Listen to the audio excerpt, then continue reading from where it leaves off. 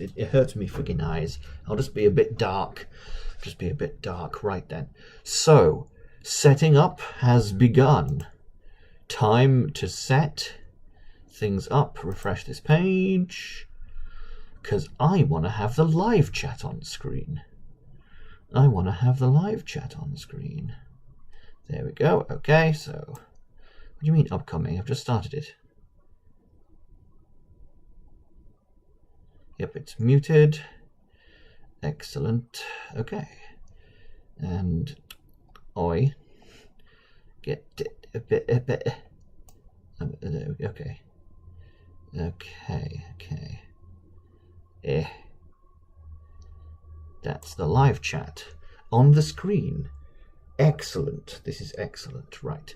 Now, I've got to fart around in the other tab and get the right thumbnail on the video. It's lovely that I have to do this after I have started streaming. I love that. It's so good. And not annoying at all. Come on, come on. Live.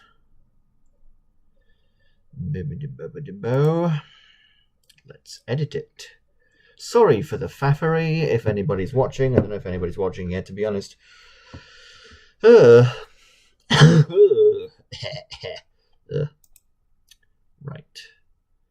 Just farting around, getting the thumbnail.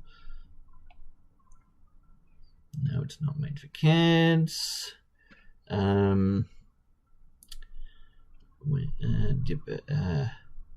Where's the monetization settings? I want to make money from the video. Well, that seems to be saving at least, so that's good. That seems to have saved. Excellent. Good stuff. Good stuff. Changes saved. I don't know why it starts off with monetization off. Weird. On. Ugh. I freaking turned you on several times. Please stop ignoring me. Frequency low.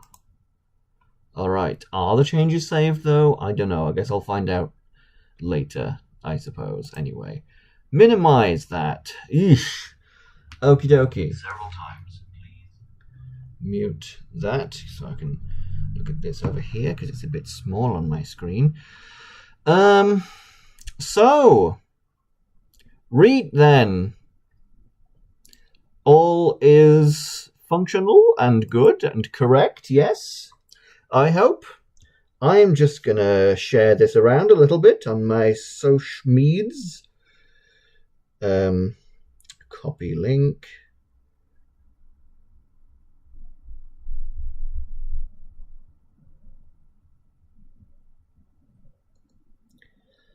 There it goes on my Discord and on my Blue Sky. Let's pop it on there as well.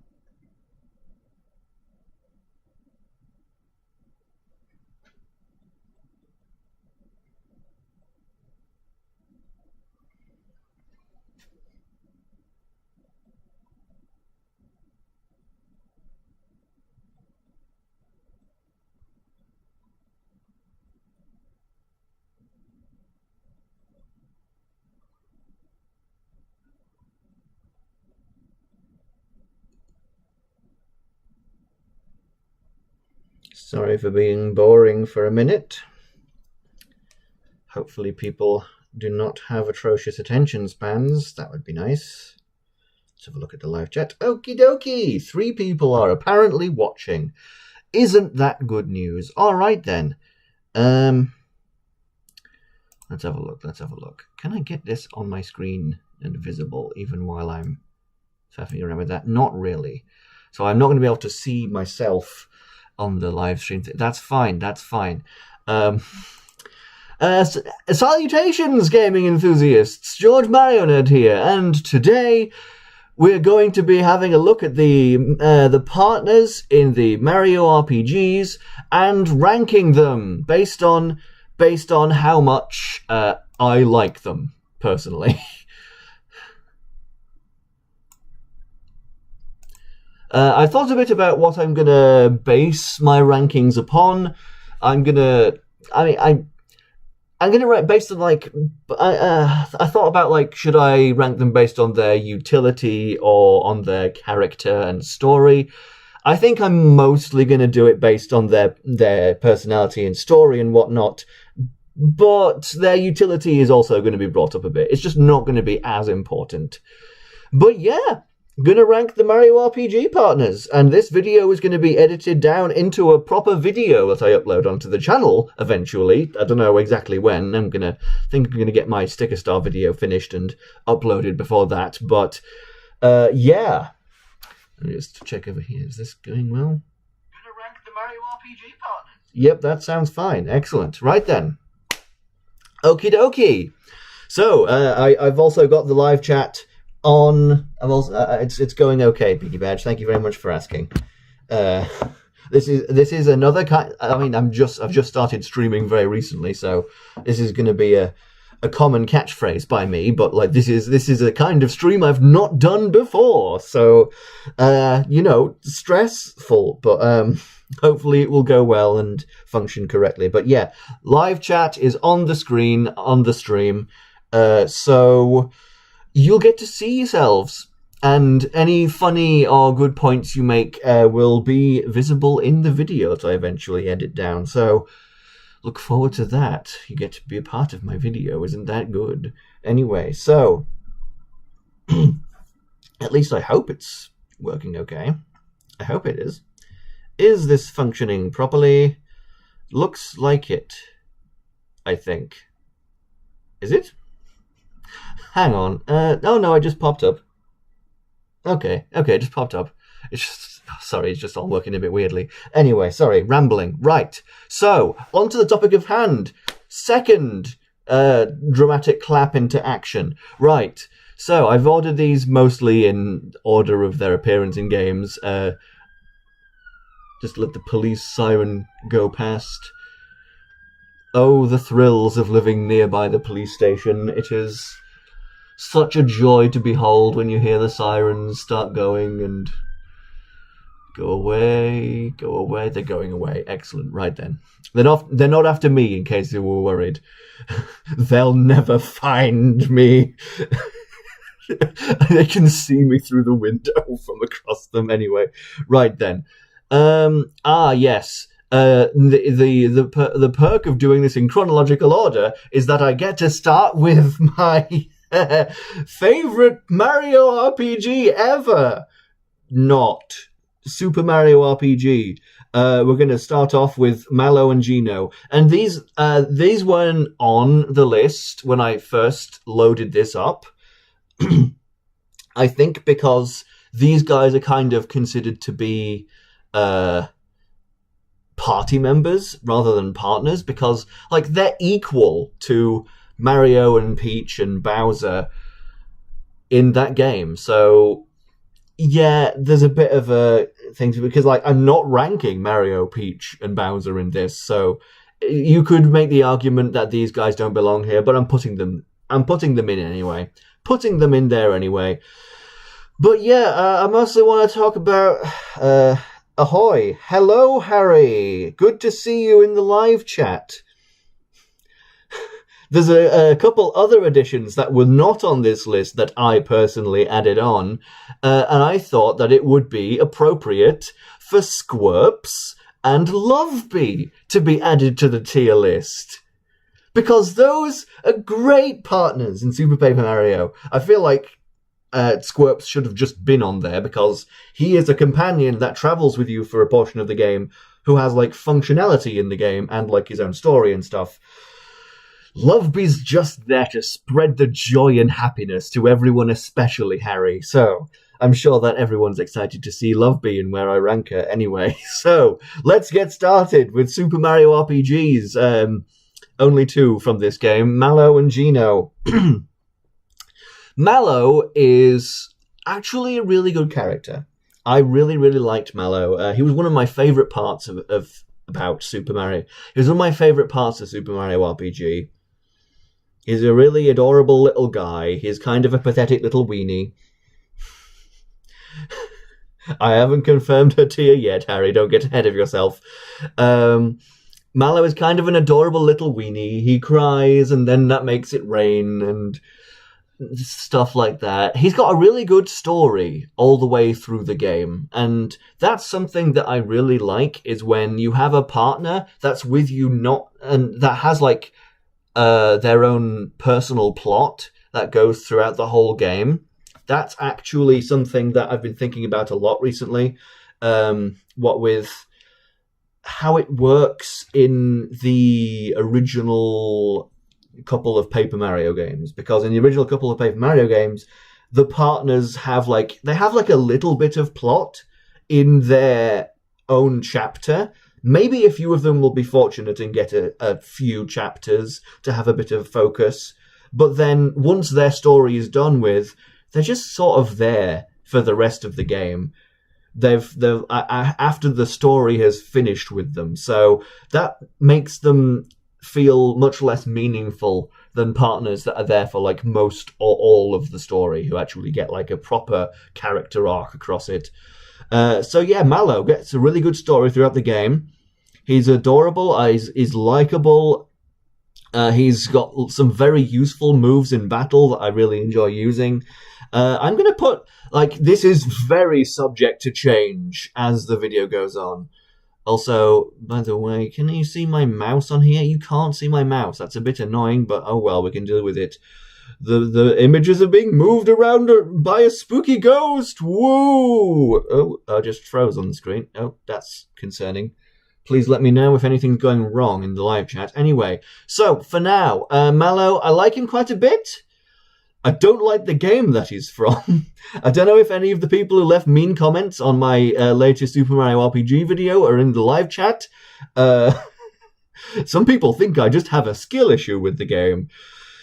And I mean, I can only talk about the experience that I had. Sorry if you think I'm bad at it, I guess. Anyway, Mallow, good character, fun to use. I'm going to tentatively put him in B. This is very, very subject to change as the stream goes on. I like him a lot. I think that he might get to A. Like maybe like a low A. I am going to end up being a bit biased towards characters from games that I like really liked and characters that like showed up more maybe. Don't worry, we are okay. You're here to tell me that I've got a skill issue. Oh, dearie me. It's not the kind of game that I've really played before, and it's funny because I don't think that any of the other Mario RPGs are difficult. I don't find any of the other Mario RPGs difficult at all.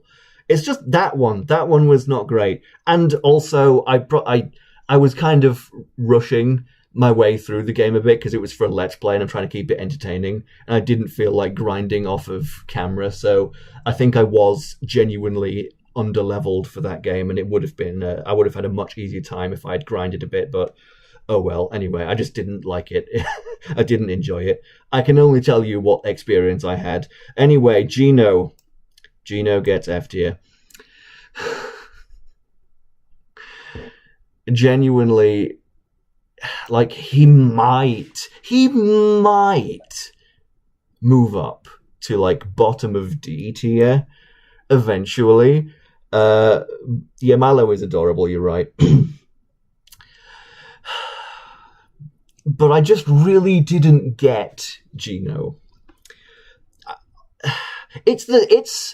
Gino is like a microcosm of the Super Mario RPG effect. Because Super Mario RPG is this game that throughout the years, over the decades of me being on the internet and seeing people's opinions on the internet and talking about these games and what they think of them, Super Mario RPG has been considered, like, by most people as not only one of the good ones, but one of the best ones. People are like really enthusiastic about Super Mario RPG, and as you know, as a viewer of my channel, I did not care for the game, and I didn't think it was very good. Did you just place the fan favorite in F? Yes, I did. But in his defense, I may move him up to D. He may move up to D. That's more than he deserves, but he might get there anyway. But yeah, so I didn't really care for Super Mario RPG. I didn't have fun. The bottom line is I didn't have fun. I didn't enjoy it. And Geno is within that game's fan base. He is like also really highly thought of. And I will say that in concept, I said this in my video that I released recently anyway, but like in concept, Geno is really interesting, is cool. He is cool, got a lot of good vibes, good design. He has some cool lines, I suppose. But in general, I did not care at all for the Star Road plot. And as a character, he just feels like he's there to stand there and go and give exposition. I don't care for Geno. I do not care for Geno. I don't think he's very good. So for now, he's going in F tier. This is my very spicy take, but Geno is going in F tier for the time being. He may move a bit upwards as time goes on. Anyway, right, Goombario. So you meet him in his like little. Can you even call it a village? Can you call it a village if there's literally just 2 houses? It's technically Goomba Village, but yeah, yeah, it's Goomba Village. You meet him in Goomba Village. His family's there. I think that's charming. I really like his family, Goompah, and I thought, should I put Goompah on the list? Because Goompah comes with you, and you can glitch him into being your partner for the whole game. By that logic, I could put Flavio on the list, and that would be very funny. But he's just sort of there and doesn't do anything. Mind you, I suppose that you could say the same about Loveby. I guess I'll think about it anyway. But yeah, Goombario, he does feel a lot like the budget Goombella, because Goombella is much better than he is. But I don't dislike Goombario. The thing is, I think I have played Paper Mario 64 twice, but both playthroughs were like, there were 2 houses ago. I've moved house twice since I last played Paper Mario 64.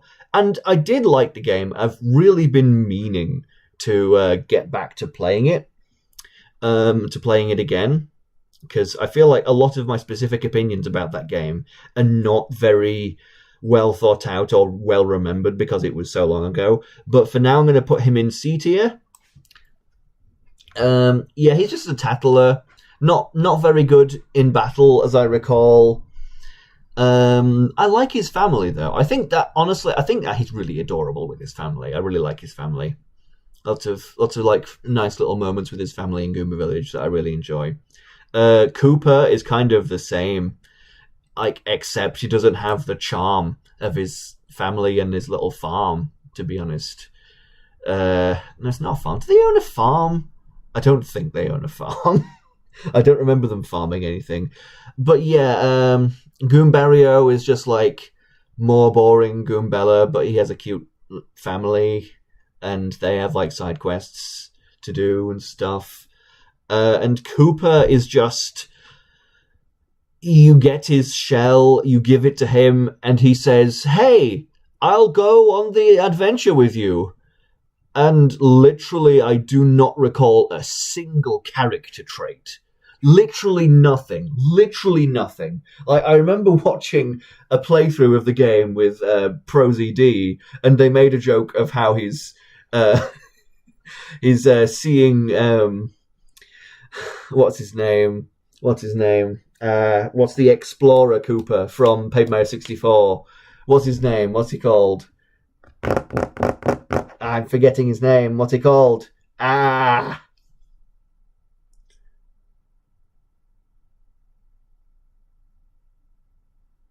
What's he called? This is driving me insane. Hang on. Ugh.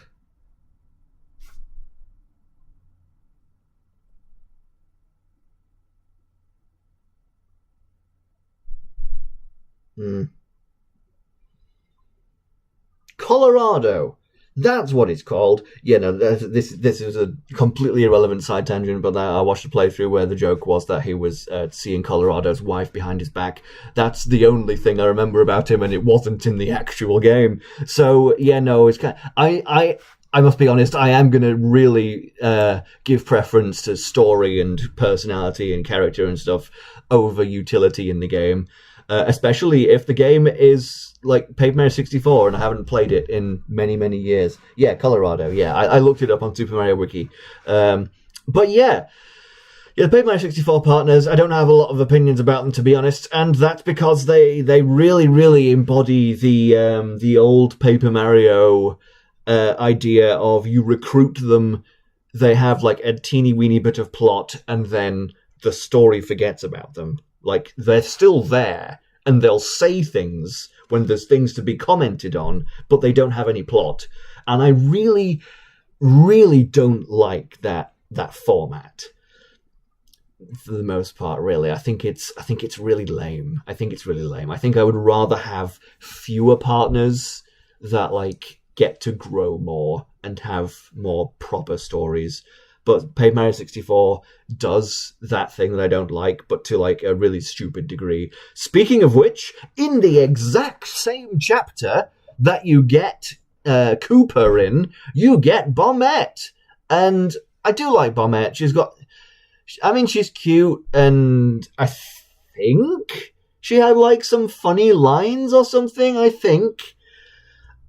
But in the exact same chapter, after you have like virtually no plot with Koopa and then he joins your team, you then go ahead a few minutes later and have virtually no plot with Bombette and she joins your team as well. She just joins your team. She's like, we broke out of this jail together. I'll come help you, I guess. And then that's it. So, I mean, she's strong. I gotta be honest, I think that their utility in battle, this is just a list of me, whether I like the characters or not. It's not really to do with the battle abilities. If like there's characters that are like really close in how much I like them, then their like utility in battle and stuff will be relevant. But unless that's the case, I'm gonna put her in D. I like her a little bit more than Koopa. They both have virtually no story and then just go, I'm going to go on this massive journey with you. I guess I've got nothing better to do. But I just like Bombette a bit more. I like her. And she's got like some nice moments. Because like there's like one or two Bob-ombs that after you like do the prison break, they move to the like little Koopa town, and there's like one or two of them that like massively have the hots for her, and she's like, ugh, go away. So that's kind of funny, I suppose. Ex-fiance? I didn't know that was her ex-fiance. Okay, that's funny. That's nice.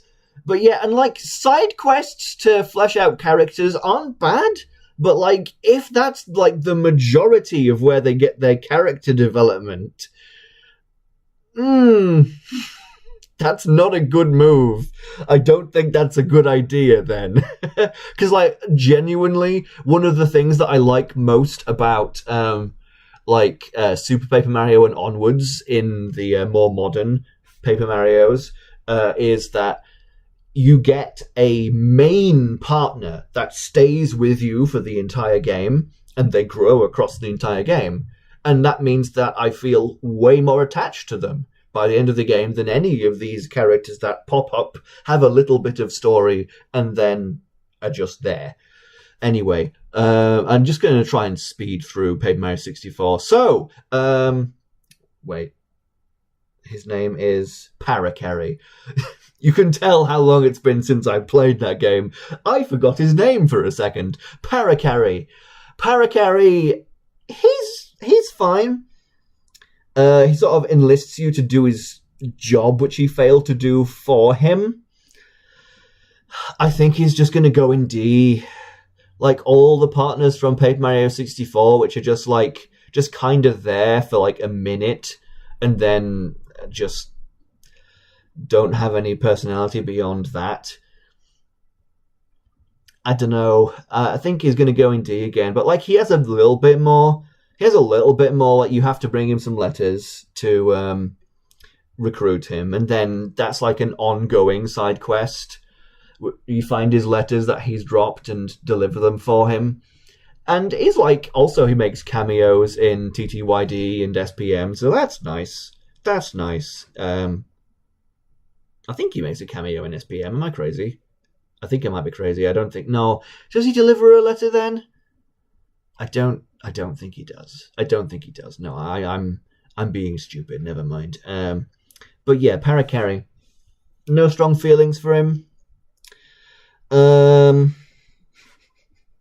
I swear we'll get to the games that I like actually care about and have proper opinions about soon. I swear I will. Anyway, Parakarry. I mean, I guess above Bombette, because he's got more to him, but like, does he have much more? What the heck? You know, there's a bit, a very specific bit in Paper Mario 64 when you are in Tubba Blubber's house, and you get Yaki, the talking key, that screams and wakes Tubba Blubber up. And then whoever's your partner with you will, like, say something along the lines of, "Oh no, he's awake, we'd better get out of here before he catches us, because he's big and invincible and stuff." A fun fact that I like is that Parakarry is notably more terrified than the rest of the partners. This is a fun fact that I saw on Super Mario Broth's social media once. Like, everybody else is like, "Oh no, let's get moving," but like his text is like quivering and he's like, "Mario, we need to get out now, quick, he'll kill us." And I think that's funny, and I think that tiny little thing is just going to put him just over the edge of Bombette for now, because like I don't remember the moves that they have. They could have really useful moves in battle, and that could really help me to distinguish where I'm going to put them on the list, but I don't remember them, because I haven't played Paper Mario 64 in quite a few years. Anyway, Lady Bow! Finally, some good effing food. Which is probably a bit insensitive to say around her, because all of her people are being eaten in the chapter that she is in. Anyway, Lady Bow is like... Thousand Year Door does the whole partner that you get to know over a single chapter, and they get that one chapter worth of like story and character development, and then they're kind of finished. Lady Bow is the one. It's like the literally one partner in Paper Mario 64 that gets that to any sort of like proper degree. Lady Bow is awesome. Lady Bow, I'm tentatively putting Lady Bow in A tier actually, because I mean, she's a really fun personality, and she's kind of a villain in the story, actually, in a way, because she holds hostage one of the star spirits that you need to save the world. And she's like, "I heard that you're a pretty capable hero. You can have this guy back if you help me with my problem." She's awesome as Lady Bow. She is very helpful in battle, and she's got a great personality, a great character design. Love Lady Bow. She is really the standout. I forget everyone else in that game, but Lady Bow I remember. Anyway. Reet. Yes. Then what? What is a Lil Sparky, which is a species, I think that race originated in Super Mario World. I think that the Sparkies originated from that game. Fun fact that what is a girl, in a lot of the translated lines, what gets misgendered, but like I think it's because the translators just went, oh, they've got a blue dummy, must be a boy. No, what is actually a girl? Just a little baby Spark. Very helpful in battle. I remember using what quite a lot in. That's a rhyme. That's fun. You like 64 more than TTYD. Level design is way better. Not that beating linear hallways is hard to do. Yeah, no. TTYD's just straight long hallways. Very, very boring level design. Like, I mean, Paper Mario 64 had like a kind of similar thing where like all the like rooms that you move around in are like kind of like big hexagons, and that's just better, to be honest, than straight lines because there's more space that you can fit in stuff inside of the hexagons. That's just better. I do really want to replay Paper Mario 64 because I might be inclined to agree with you about preferring it, but I don't know. It's not a simple issue because I feel like all of the Paper Marios have like things that they do the best out of them. I think that I want to make a video about this someday where I talk about like the things that each of the Paper Marios excel at, because all of them are exceptional in one way or another. But yeah, anyway, what a little baby, they can pierce defense. I like the boss fight that you get What from. They're just in a lantern.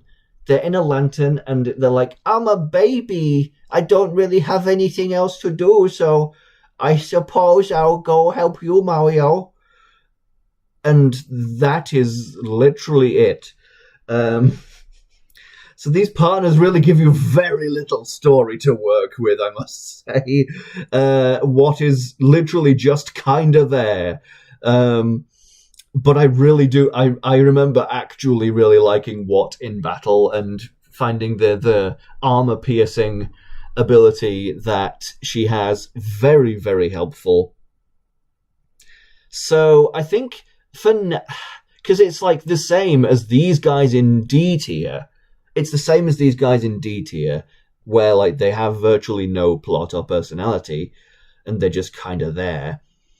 But at least What has a really good move that I used a lot, so that's nice. Dearie me. Right. Almost done with Paper Mario 64. Just 2 more to go. Sushi. Unfortunately named Sushi. She has like a personality. She has a role within the world that she lives in. She's a babysitter for the little kid Yoshis. I quite like her. She's okay. She's got like some fairly useful water moves, like quite good defensive moves. She's got like this water bubble that she puts around Mario that helps defend him. I forget exactly the things that she can do, but like, no, I quite like her. I quite like Sushi. I don't have a lot to say about her, but like, I remember things about her that are like remotely interesting. She's like, oh, these freaking kids, they're always running off, so annoyed. Mario, help me track these children down so I can give them a spanking. So I can give them a fish slap. And she's got an extremely useful overworld ability, which is like, it's very freeing to use, especially in the world where you find her, because you're like, oh, it's so annoying navigating this like jungle area with all of these like rivers and bridges and stuff, and I gotta remember which way I can go where. And then you get Sushi and you're like, the river and the world are my oyster. I can go wherever I want to now. I'm gonna put her in. Should I put her ahead or behind Goombario? I'm gonna put her ahead of Goombario because Goombario is kind of being carried to C tier by his charming little family, but like Sushi herself, I actually find a bit interesting. Anyway, Lackey Lester, also known as Spike, I think that the name that he had chosen for himself at the time of us meeting him was Spike, I think. Whatever. The game calls him Lackey Lester. That's how people know him as. But yeah, Lackey Lester.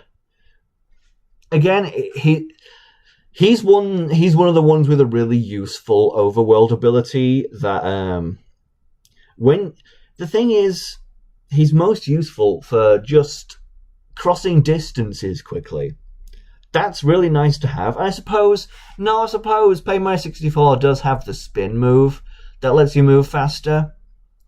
So that role is kind of already filled before you even get him, but he's much more easy. So like the thing is, if the most useful thing about him is that he lets you go places quicker, then it kind of sucks that he's the last partner that you get, because now you have like the least amount of use for him. But yeah, no, he's got a cool design. He's the only one that you fight in the game, unless you count the Duplighost battles. And he's pretty strong. He can like flood the screen with spiny eggs, and that's nice. Yeah, I quite like Lucky Lester. He's a fun guy. Honestly, yeah, no, I like him more than Sushi. He's interesting. You know, like I said, you fight him. He's got a girlfriend. His girlfriend's really cute. You can whiz around with him. So it's a useful and a fun kind of ability in the overworld, and he's also quite strong in the battles as well. So I'm going to put him at the top of C tier. Right. I'm surprised I didn't get myself a coffee or a glass of water. If I go and get a drink, will you all leave? Genuine question. Right. We've reached TTYD. A lot of people's favourite of these games. A lot of people love TTYD. TTYD is rather good. I will not say that TTYD is bad. I will say that TTYD has a lot of really good stuff and bits about it. But it does also have a lot more problems than people who love it unconditionally are willing to admit. But we're not talking about the game, we're talking about the partners. So where do we put Goombella? I like Goombella a lot. She doesn't have, like, she's again a partner who like has not even virtually no, but basically no story at all. You rescue her from getting beaten to death by a crowd of space nerds, and then she's just with you. But like the character writing for Goombella make her extremely memorable and likable. And of course, people who like to use the tattle ability, she's got a fun personality. So she's often got like funny and witty things to say in the tattles. So, yes, Jam, glad to have you here. You got here just in time for TTYD. Not really going to be bashing the game as much as I would normally in my videos, but hey. Goombella's very solid character. I like her a lot. Okay, I'm going to put her in B. I am going to put her in B. Do I like Goombella more than I like Mallow? That's a good question. Also, I just noticed that the two Cloud guys are next to each other.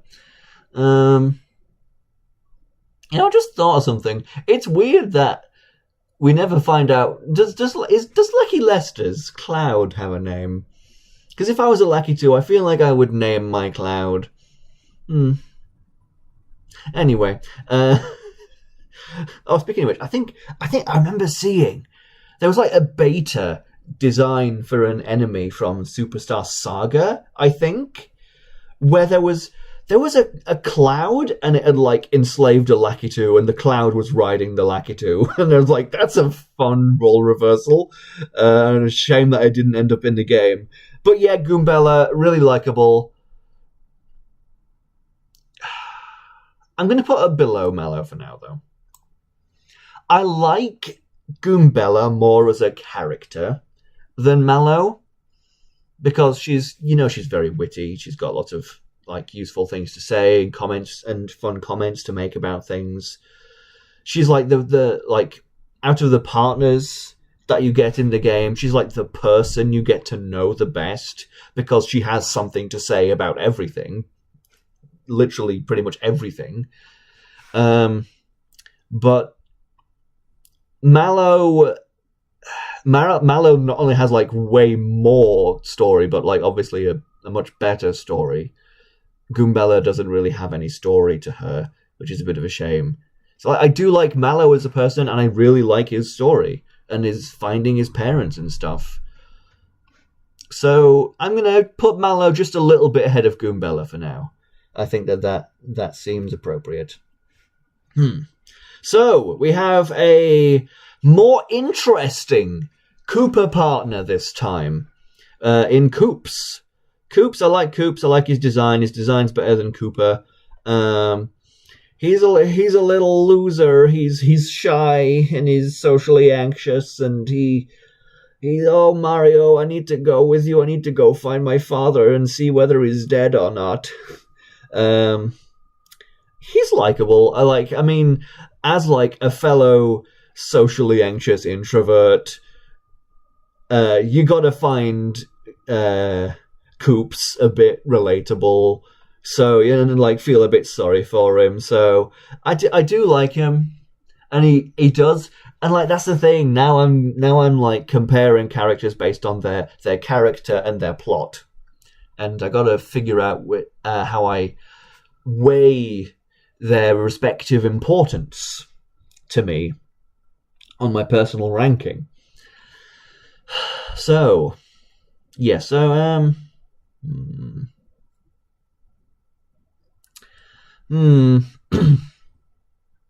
feel free, by the way, in the live chat to tell me what your opinions on these characters are, because that helps engage good conversation. But yeah, Koops.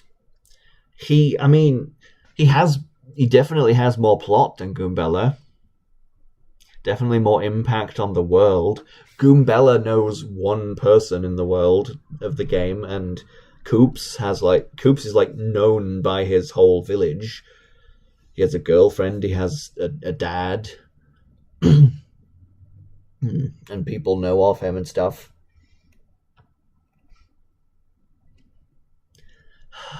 Yeah, Koops is the hero of the common man. But I'm gonna go with my gut. I like Goombella more. Goombella is really likable, and I like having her around. I like hearing her talk about stuff. So I'm gonna put him below her. And then there's Lady Bow. I remember when me and Harry were going through I think it was, where do you get them? I forget where exactly is you get them. It's either after the summer, the Duel of 100 in Super Paper Mario, or it's in the Pit of Wonder Trials. But you get the partner cards from the first two games in Super Paper Mario. And Harry saw Lady Bow and was like, oh!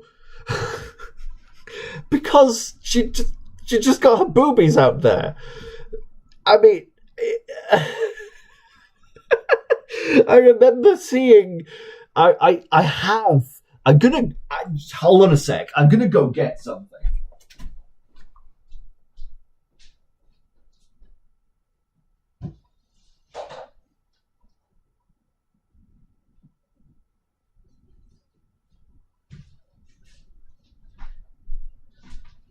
Yes. So I'm gonna shut this door.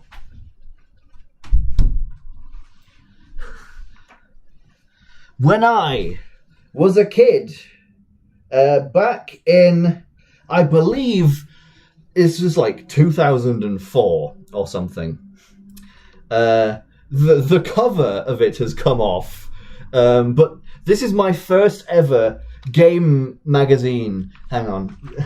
It's coming apart at the seams, literally. This is... the lighting in here is a bit bad. Put my lamp on, hang on. put my lamp on so I can see it a bit better. But that's the front page. This was, I think is it Official Nintendo Magazine or is it N-Gamer? Yeah, it's Official Nintendo Magazine. And yeah, they did I think it's a preview. No, it's a review. It's a review of Paper Mario: The Thousand Year Door in it, actually. This is extremely old. It's falling to pieces. It was made in 2004, I think. Excuse me. And it's explaining all the mechanics of the game, and there's like witty little remarks that they've got. You can barely see this, but yeah, I remember seeing Lady Bow in this magazine as a child and being like, how do they get away with that, with the age rating that they have? What age rating is this Mario game going to have? But yes, somehow they managed to get away with it. Anyway, I guess it's just the lack of nipples. If there's no nipples on the boobs, they can just be out there, I guess. Anyway, she's also a character. She also has a personality and a plot and stuff. She is more than just her breasts, anyway. So I quite like the character design. I do like chubby women character designs. I'd like it more if she had clothes on. I must admit. I would. But the thing is about Lady Bow, I like her personality. I really like her angry sprite in Thousand Year Door. I like that specifically. I'm gonna put her in like the middle of C tier, partly because did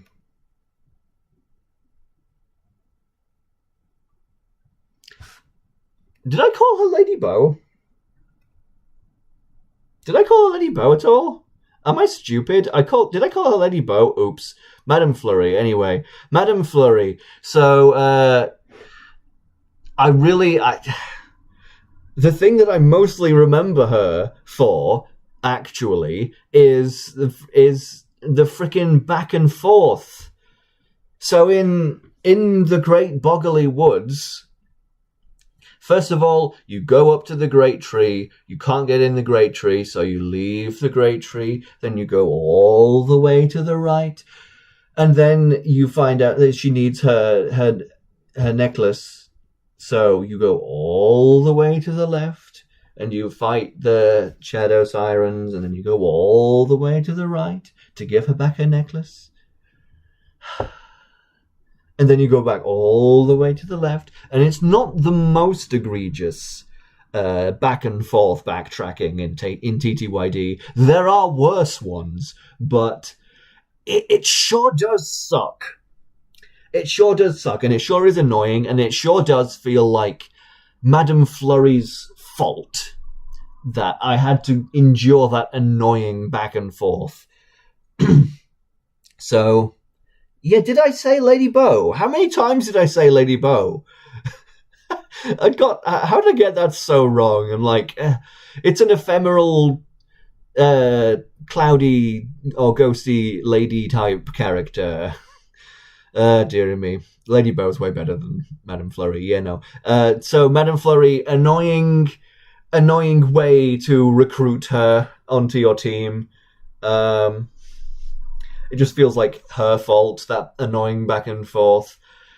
It's just so lame, and that's what they do in TTYD so often. It's like, oh, we didn't make a very big world for this chapter, so we're just going to force the player to go back and forth along it like 3 times to pad it out. And I'm just like sat there dying inside. Like, I don't think it bothered me the very first time that I played through the game, mostly. But like on the subsequent playthroughs, it really bothers me and makes me have a really miserable time. So I'm not tremendously keen on Madame Flurry. On Madame Flurry, the name of the character I'm talking about. Yeah, sorry, I misnamed her. That's the wrong character anyway. But yeah, I don't care terribly much for her. But yeah, then there's Koopa Kid. Whatever name you decide to give him. He's fun. He's fun. He's got several different colors based on how long you take to hatch him. I like his personality. I like his abilities. He's the freaking the Vor partner. I like Yoshi Kid. Yoshi Kid, good. I feel.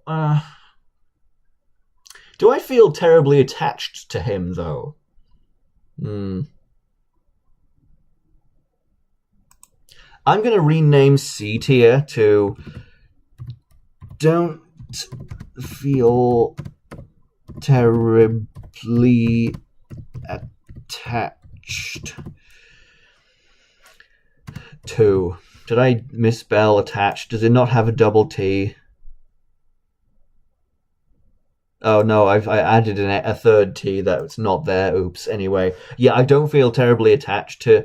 I don't feel terribly attached to Yoshi Kid, really. It's just like, yay! I was just born. Give me a name, and I'm scrappy. I like to fight. I'm excited about fighting Great Gonzalez. It doesn't have much of a personality. I feel. I don't know.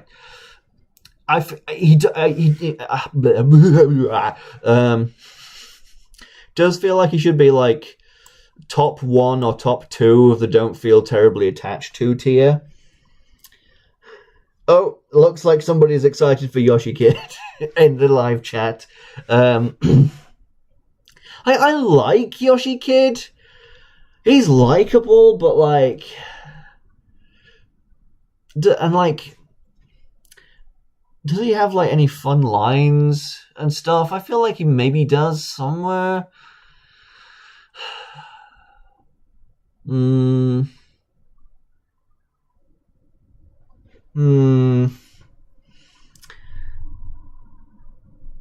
And also it feels quite actually, yeah, no, he's at the top of this tier. He's at the top of this tier.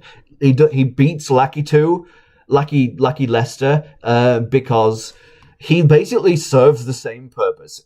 Yoshi Kid is kind of Lucky Lester and Parakarry rolled into one. He can carry you across small gaps like Parakarry, and he can make you go really fast like Lucky Lester. But you get Yoshi Kid way earlier in the game, which makes him better. Yes. Yeah, he does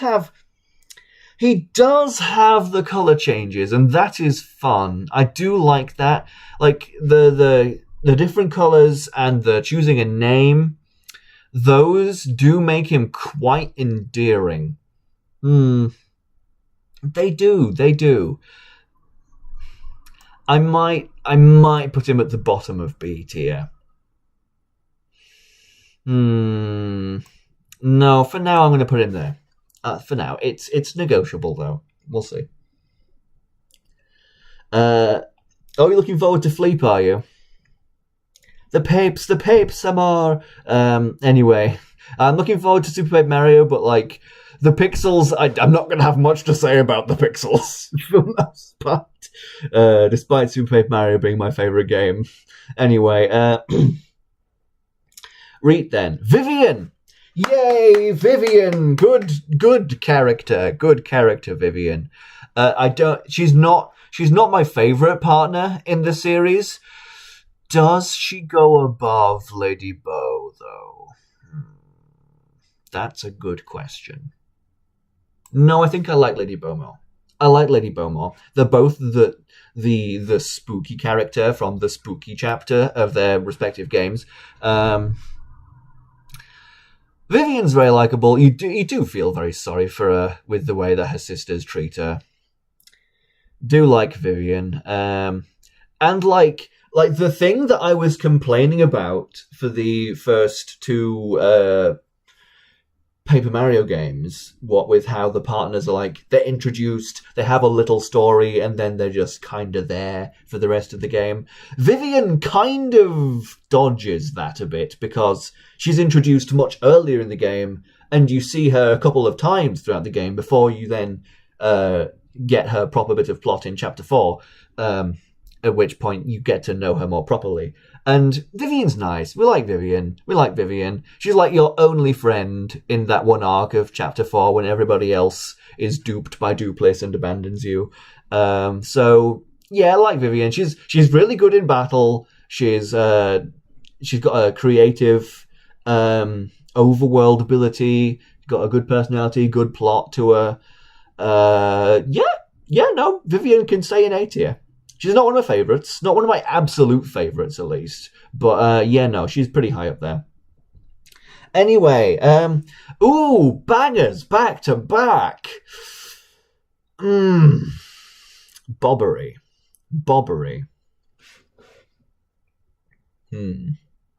Bobbery is the second most tragic character in the Paper Mario series, after, of course, Mr. Blizzard in Paper Mario Sticker Star, who is much more tragic, of course. But Bobbery, very good character. He's a salty old sea dog, sea babon. He's got a cool hat, and he's got a big mustache, and he's got a steering wheel for his wind-up key.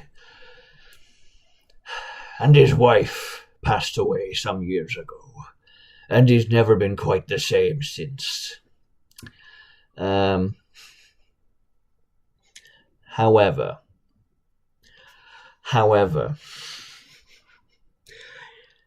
he did make me walk all the way back and forth through Chapter 5 again. Chapter 5 is like... it's made. I think it's the second worst of the back and forth.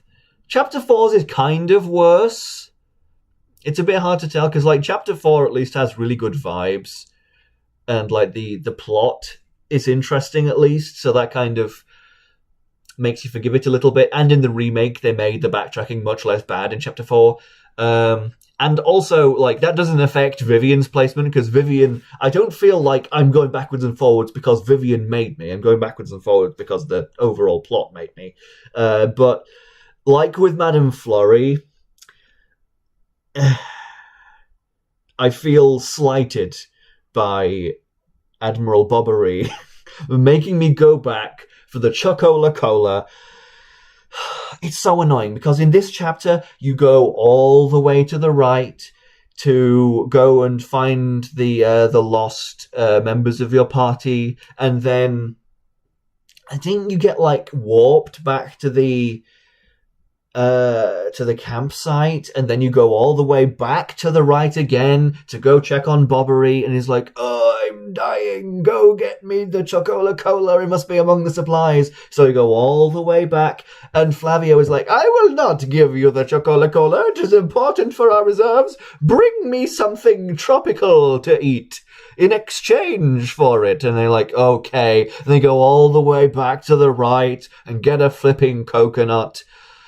And then you go all the way back to the left to get the Chocola Cola, then all the way back to the right to give it to Bobbery. And Bobbery's fine. That was a farce that you didn't need to do. Then you go all the way back to the left, tell off Flavio, "We need your crystal thingy, come with us," all the way back to the right one final time. It's really annoying. I like Bobbery as a person a lot. I like his character and I like his story, but like that whole ordeal, I'm afraid, puts him at the top of B instead of the bottom of A. That's the difference. That's what that does. That's the difference. Yep, linear hallways, baby, walking backwards and forwards. I do remember one point in my Super Paper Mario Let's Play with Harry, when Harry was like, "This backtracking is terrible, I hate this." And I'm just sat there smugly like, "Ha ha ha, you don't know, in the 1000 Year Door, the game before this, it was worse." And it's like, how? This is so bad. That's not the next RPG on this channel that I'm playing with Harry, but someday I gotta get Harry to play TTYD so he can understand the pain. Yes! Dearie me. I did consider putting Flavio on the list. You know what? Actually, I'm gonna really quick... Wait, what? No, that's the wrong thing. I'm stupid. Oops. Wrong. Incorrect. Where am I going? What am I doing? Just give me a minute. Give me a minute. I'm getting an image of Flavio. Give me a minute.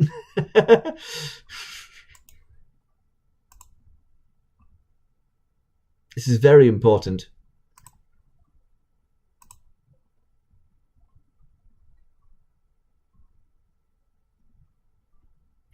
Right. And choose files. That. There we go. Flavio is on the list. Right then. Bobbery is placed rather high up.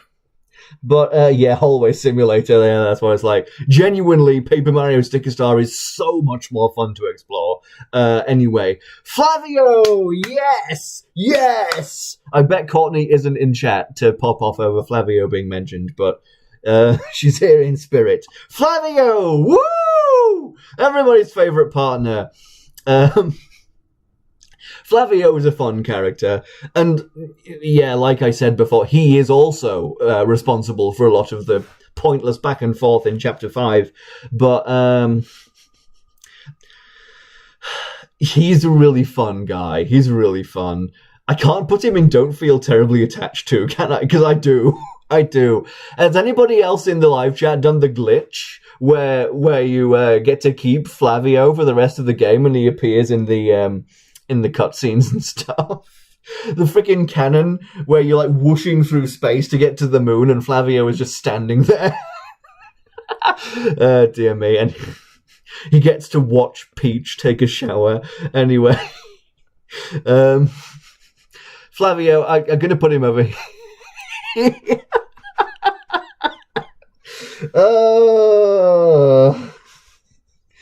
Oh my goodness. Yeah, no, Flavio...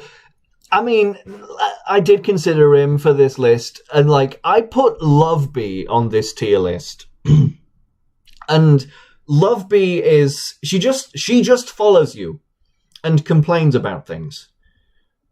This is literally Flavio. They both just follow you and complain about things. That is their job. But Flavio is like a bit more likable and a bit more funny. I think that Harry would like Flavio more. I'm putting him over all these guys down here. But that's where that feels right. And like a stupendous addition in the remake. The remake gives the game a big glow up, really, especially with the music. They really went ham in like adding a lot of like extra versions of tracks. In the TTYD remake. And yeah, Flavio. I mean, you can't do the glitch anymore, unfortunately. But with Flavio, he does provide a ship. Yeah, no. Flavio, important character to the story. We wouldn't be able to do what we need to do without him. But yeah, Flavio, he's a quirky, fun guy. He's a bit of a coward, but like he does have a moment to shine when with Cortez. He has a really good moment of like negotiation with Cortez. He's not just thoroughly a coward. He actually does a good job. And yeah, I really adore in the remake. He has like several new songs dedicated to him. And in the, like when he joins your party briefly in Chapter 5 in the remake, like kazoos get added to the music. And I I adore that touch. It's like with Yoshi in a lot of the main Mario games where you get like drums added to the main songs. Flavio is like just a crappy Yoshi. It's like Yoshi is here, like yay, Yoshi is here. The music is celebrating it, but like Flavio is here, the music is bemoaning his presence. It's very, very funny. The schnoz to pierce to the heavens. I feel like he could do sword fighting with that nose. Anyway, lastly for TTYD, before I go and fetch myself a coffee, if you don't mind waiting for that,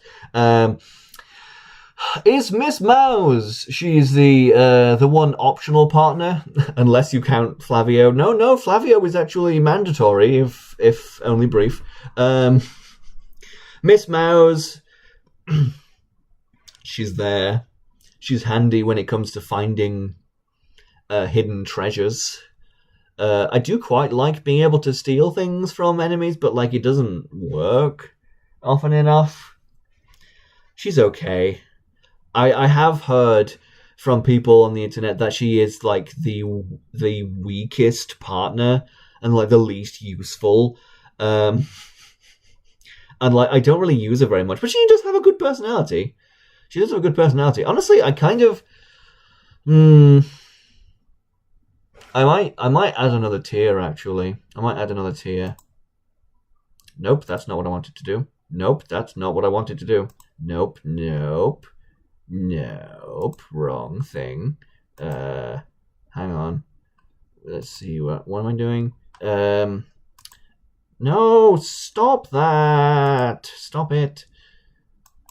Yeah, okay. So I'm adding a row below and let's say purple. That's not what I wanted. That's not what I wanted. I wanted you to be purple, damn it. This one, purple. And yeah, just this can be D. A, B, C, D, E, F. Okay.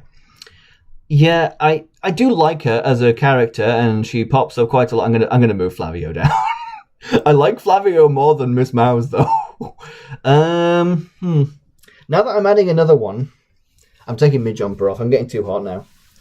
Oh, dearie me. Oh, dearie me. Actually, probably good that I took my jumper off, because I'm wearing a very appropriate shirt from the Yeti. It's based on Thousand Year Door's 4th chapter. It's got Vivian on it, and it's got Dupliss, and it's got the letter P on it.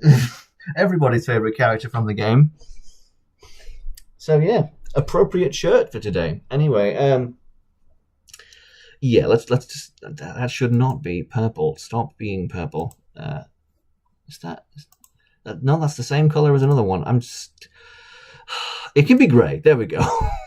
It's not going to match with anything now. There we go. Excellent. Right then. Just mischievous Madame Flurry. Personality-wise, I suppose, Madame Flurry is very useful in battle, as she with the gust, which blows the enemies away. That's actually very useful, and you do get EXP for that, unlike how some people think. But yeah.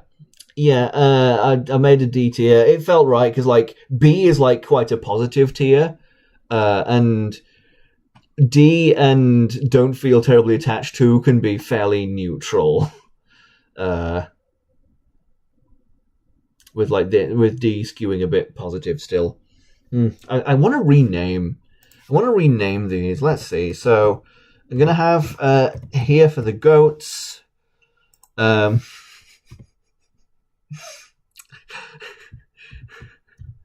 This for the kids. It's a goat joke, you know, because a young goat is called a kid.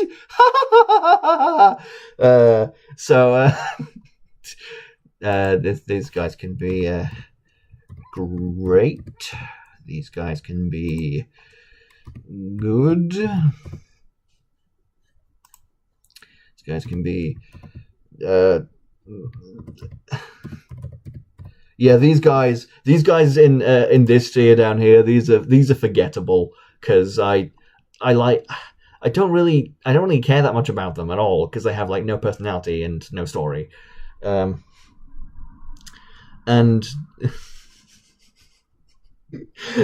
I don't know.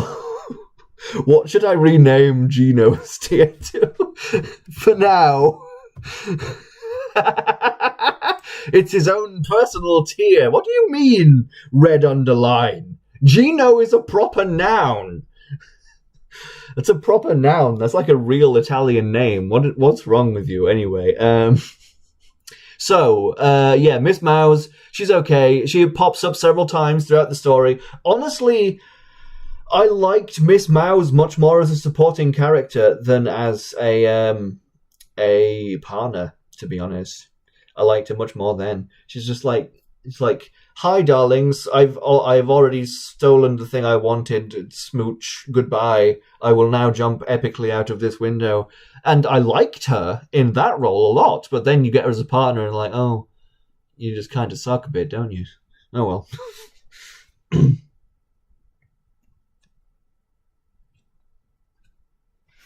Anyway, so I'm. Please don't leave. I've got 8 viewers now. I'm gonna go make a coffee. Dearie me. Do I have any plushes I can put on my chair while you wait for me to go make a coffee? Somebody. I wish I had a giant plush for times like these. If I prop him up on several pillows, will he fit in the shot? Bowser, kind of only just. Because somebody just mentioned Bowser in the live chat. There we go. There's Bowser. You can still barely see him. It's like, that's not a flattering angle for him. Anyway, ta-ta, I'm off to make coffee. I'll be a couple minutes.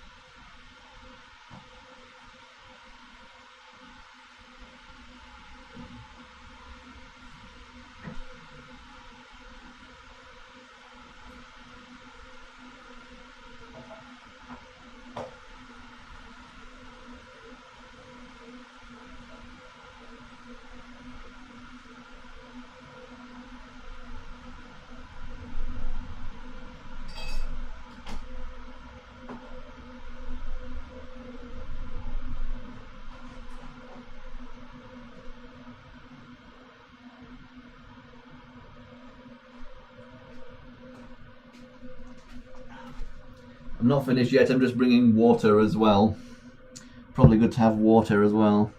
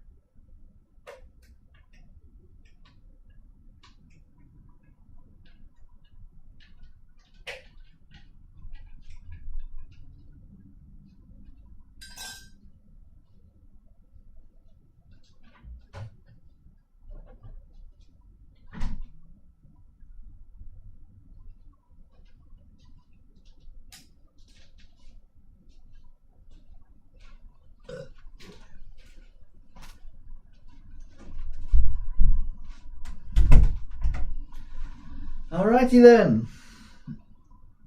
Oh dear.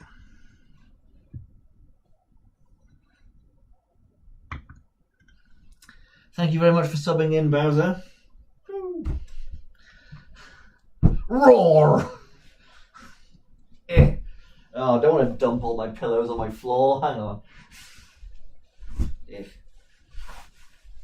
Dear me. Oh, dear me. Right then. What is going on in the live chat? Oh my goodness. Oh, I only lost 2 viewers. Good job, remaining 6 people. Good job.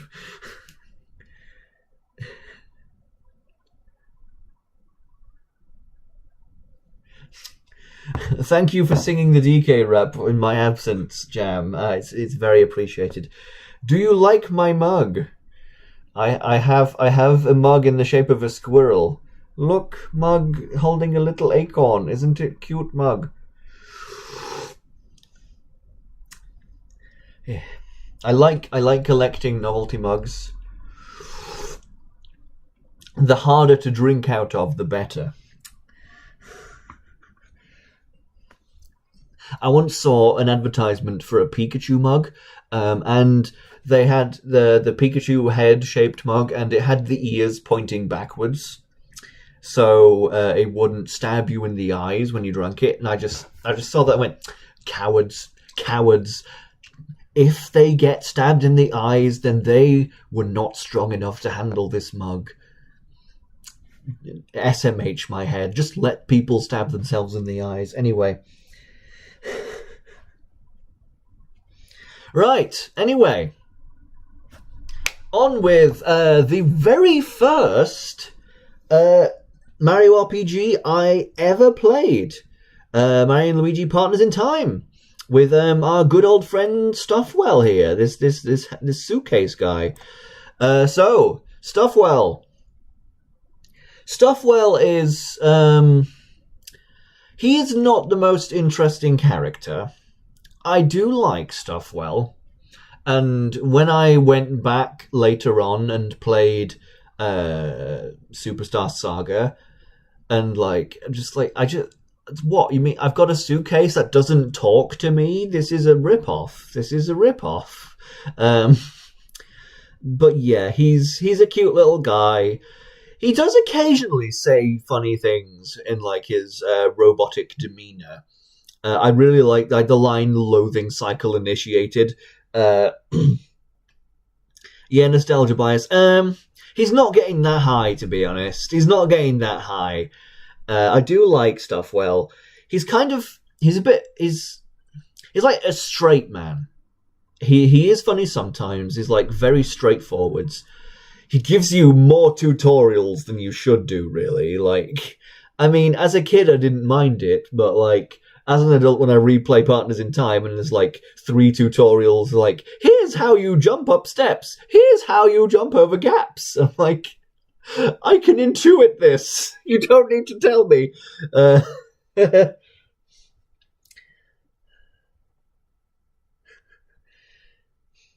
Real tenor. Gino is bottom tier, I'm afraid. Because I thought he was very boring and annoying and I didn't like him. Because, like, I mean, I suppose I was not angry when I saw Gino on screen when I was playing the game or anything. But, like, I've got to have a least favourite. I've got to have a least favourite that goes in the bottom tier, and he just fits there so well. Anyway, Partners in Time's the only Mario and Luigi game you haven't played. You should. It's a good game. I think it's the one in the series that gets the most flack, because people don't like how the bros attacks are usable items rather than just things that you spend BP on in battle. And I do think that the BP system works better, but like it didn't bother me very much. And like the vibe of Partners in Time is really good. The plot is good. The Shroobs are really cool bad guys. And Stuffwell is okay. Stuffwell is okay. I'm going to get into them later, obviously. Starlo, I really liked Dream Team, and Starlo and Dreambert were like a really good comedic duo in that game. So I feel like Stuffwell needed somebody else to bounce off of. And like in Partners in Time, like Stuffwell doesn't even really fulfill the role that most partners in these games do. Like in the Mario RPGs, Mario has partners, like kind of first and foremost, because he is a silent protagonist. And it's kind of boring to watch him like just do Italian gibberish or like make a gesture and then somebody else just responding as if he said something. That's kind of boring to watch. So you have a partner so that they can have conversations with other characters in the world in Mario's stead. But in Partners in Time, they kind of didn't do that. They have Stuffwell right there, but like he rarely comes out, like rarely, if ever even, comes out to like talk to the other NPCs. Mario and Luigi just like do the gibberish and they respond, as I said, as if they had said a line. And that's kind of lame. That's kind of lame. If Stuffwell was like more present in the plot and said things to other characters besides just saying, he's basically there to pop up every now and then, say to Mario and Luigi, "This is happening. We should do this about it. Back to adventure." I do like how he says back to adventure. It is kind of funny. And it's a memorable line that he says. But like, it's just like summarizing what's going on, really. And it's kind of boring. It's kind of Gino's problem, to be honest. I can't put him in don't feel terribly attached to, because I do feel attached to him personally. But he's going in the bottom of good. I do like him. And I do like that bit at the end. Sorry, I'm spoiling Partners in Time now, but like, I'm just talking openly about these games. I'm going to spoil the ending of it a little bit, but like at the end of the game, there is a point where there's like, you've reached the point of no return, where like if you go through the only door that you have available, you will just activate the final sequence of the game and fight the final bosses. And because of that, Stuffwell stops you and says, "Hey, I have like a little time machine feature now that I can use to put you back before you did the thing that forces you into this path, so you can actually go and explore the game and do other stuff and not just fight the Princess Shrooms over and over again." So yeah, there is that. Yeah, Dream Team was great. Dream Team, massively underrated game. Anyway, I'm not talking about that yet. Yeah, Stuffwell, bottom of good. That feels right. That feels right. Then Tippy. Right, Tippy. Tippy is the start in the Paper Mario series, at least. Tippy is the start of the games in this series where you have a single main partner that stays with you pretty much all the time, and they grow over the course of the entire game rather than through a little chapter of it. I do like Tippy. I have said in the past that Tippy has a really good story, and like her relationship with Count Bleck and their like tragic past and their love story and stuff has actually made me cry several times in the past when I've finished that game and they've renewed their vows there and stuff. But Tippy as a character, I feel like she doesn't have very much personality. I feel like not having a face kind of contributes to that a bit, because she literally can't emote. But in my recent playthrough, we finished it like 2 years ago now or something. But like in my recent playthrough of Super Paper Mario with Harry, I came to like her more. She actually has some really good lines occasionally. Sometimes she'll say something so out of pocket and really funny and like give a good roast or something. She said saying to Dementio, like when we beat his ass like, goodbye, Dementio. We'll add a footnote to the like prognosticus about your failure. And that's really funny. And like, she is, of course, the person who said, you greasy, greasy man, which is a bit of a recurring meme on my channel. And like that's got to put her up like one tier on its own. But like, yeah, in the past, when I've played through Super Mario, I've deliberately switched to Bowser at like pretty much every opportunity, partly because he's just good in the game, because he's powerful against enemies, and like also I want him out for cutscenes because he has funny things to say. But like, Tippy surprised me in my latest playthrough of how funny that she can be, actually. But like, and like I said, still, most of the time, she's not showing a tremendous amount of personality. And I do like her. I'm not going to put her at the bottom of great. And I do like her story a lot, but like, for most of the time, her personality, or kind of lack thereof, kind of brings her down a bit for me. And like, I'm looking at Goombella there in this tier, and I'm like, I like Goombella more. Goombella is so likable, and Tippy is just like, she's okay. She's okay. I'm going to put her there. She's great. Yeah, her backstory is really good. The grand plot involving her is great, but like, I couldn't really tell you who she is as a person. Like, it's like personality-wise, I feel like the personality of the character is so much of them, is so much of what you you like associate with that person, and she doesn't have very much of it. So I'm making a bit of a bold move there, but that feels right to me. Anyway.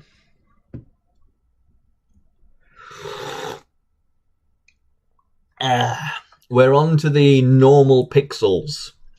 These guys are going to be a bit of a lightning round, because they really do just have one cutscene and then they say nothing again for the entire game. But those cutscenes are sometimes rather fun. Theoriao. People, I think it's pronounced Throw. I'll always pronounce it Theoriao. I know it's wrong, I don't care. The pixel that is shaped like a hand, and I thought that Old Man Watch It was kind of crazy as a kid because I did not see it. I did not see the resemblance. Theoriao, he's okay. He is not that entertaining as a character in his little cutscene. He does have a very...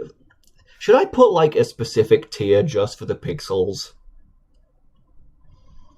Because it doesn't feel fair putting them against other people. Octopath 2 reference. Wait, when did I reference Octopath 2? When did I do that? I forget. What did I say?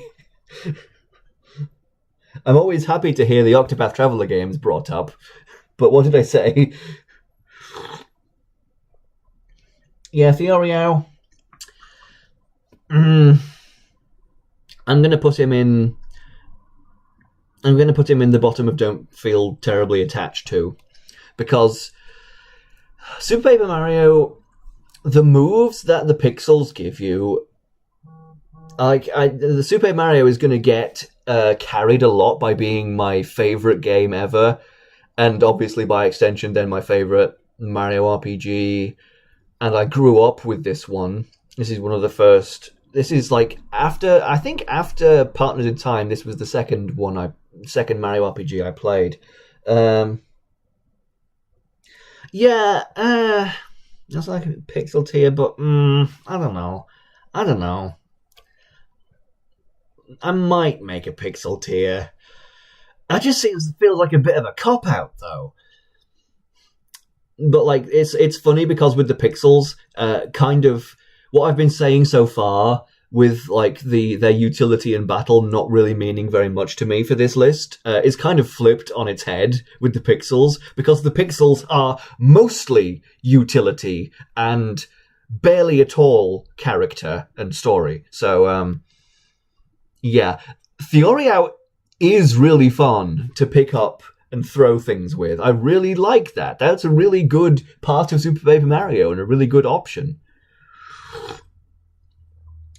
to be able to do. I really like it. It might be funny, but like, I just think that doing the pixel tier is the obvious thing that you do. I feel like anybody else ranking these characters would do that, to be honest. No, I think it's funnier if I don't do that, to be honest. I think it's funnier if these pixels with like 5 lines of dialogue outclass several beloved characters. I think that's funnier, to be honest. Anyway, Boomer. Boom! Ow. I've been talking for too long. That hurts. Ow. Boomer! Okay, Boomer. Anybody here remember that one video where I did a ranking for all the explosion effects in the Mario and Luigi games when you beat a boss?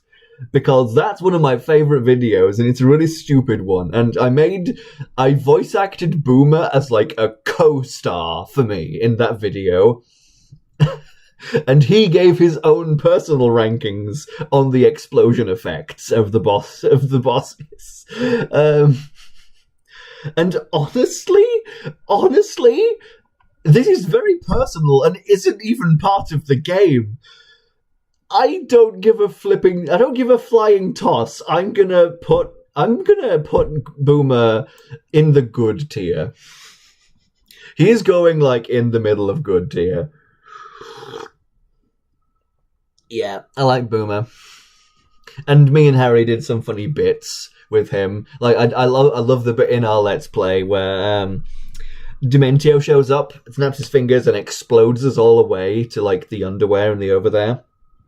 And Boomer's just like flying there, like, I don't care. This might as well happen. Not emoting at all, and we're like, oh wait, no, he's used to exploding. He thinks that we're just going to fall from the sky in a second, be perfectly fine. That's really funny. Anyway, it's a bit of a meme placement, is Boomer there, but like I'm putting it there anyway. Slim, don't care for Slim. Don't really care for Slim. He just counts. Like his character gimmick is not interesting. Oh, your thrillometer or whatever. I don't really care. Who cares about Slim? He's just the personification of the that one curse in TTYD where you turn on your side. Although it is a bit more interesting in this game because you get to phase through things as well. And that is a really interesting idea. I do actually quite like that idea. Like, you essentially become non-existent for a moment just because you turned on your side. Things can pass right through you. That's interesting. I'm gonna put him in don't feel terribly attached to.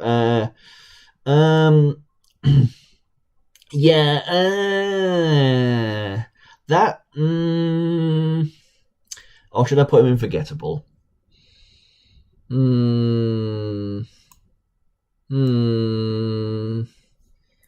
Where do you think I should put him?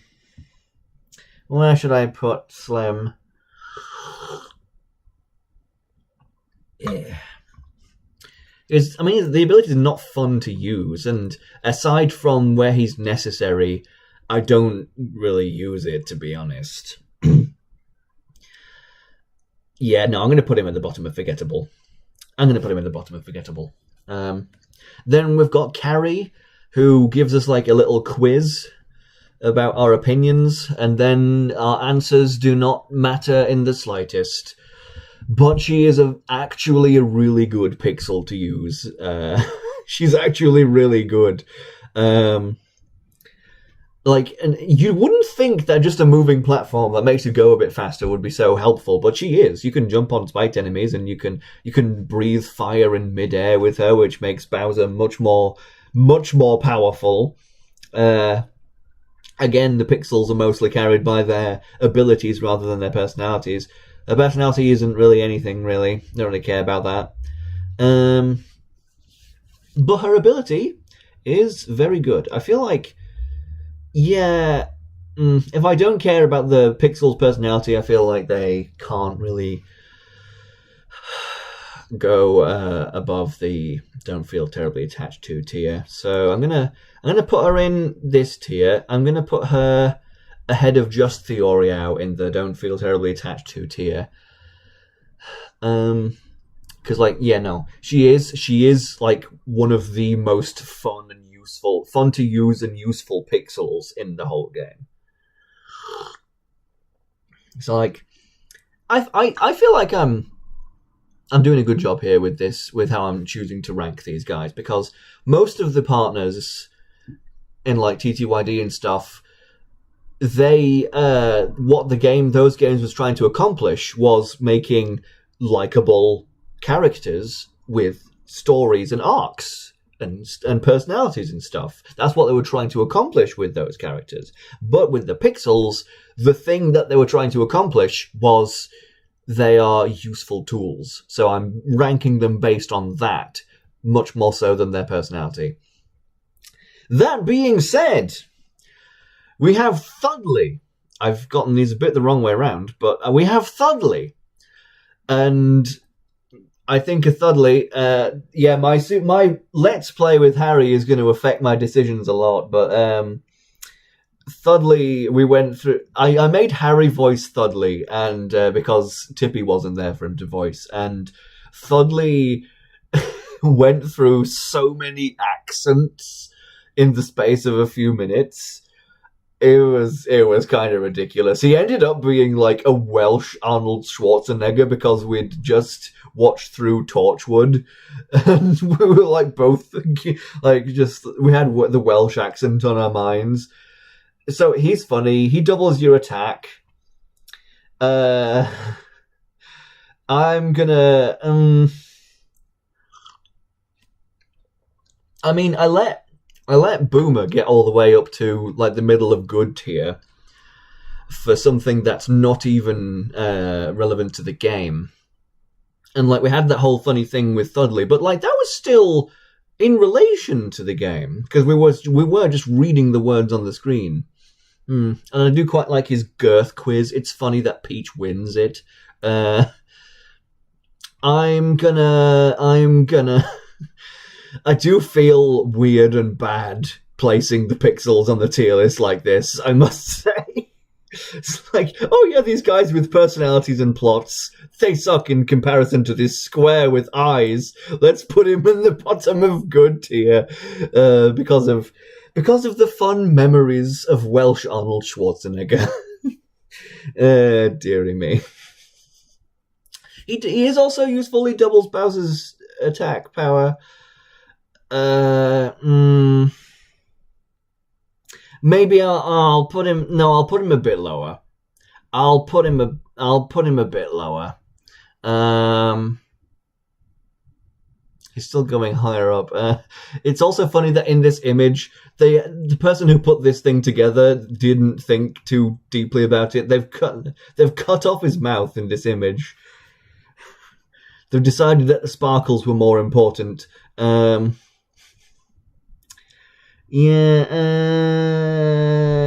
gonna put him here. Gonna put him in the middle of Don't Feel Terribly Attached To, actually. Gonna put him there. That feels more right. Oh, dear me. My throat hurts. I've been talking for too long. Oh, blimey. Oh, my goodness gracious me. Anyway. Whew. Barry. Barry is like one of the only pixels who gets a bit more focus than just you like talk to them very briefly, they join your party, and then that's it. Because he's an optional pixel that you talk to for some pointers, and then you can go back for him after you finish chapter 3. And again, he is stupendously useful.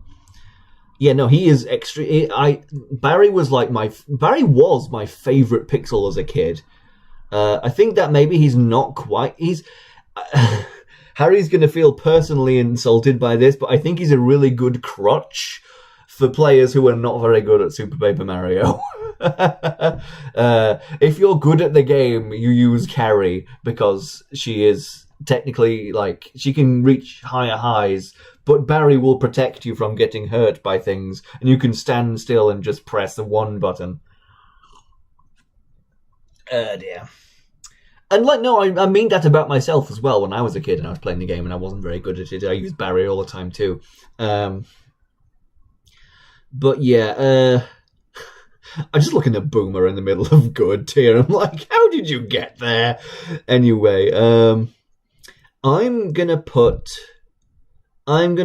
Barry at, like, I'm gonna put him in the bottom of good.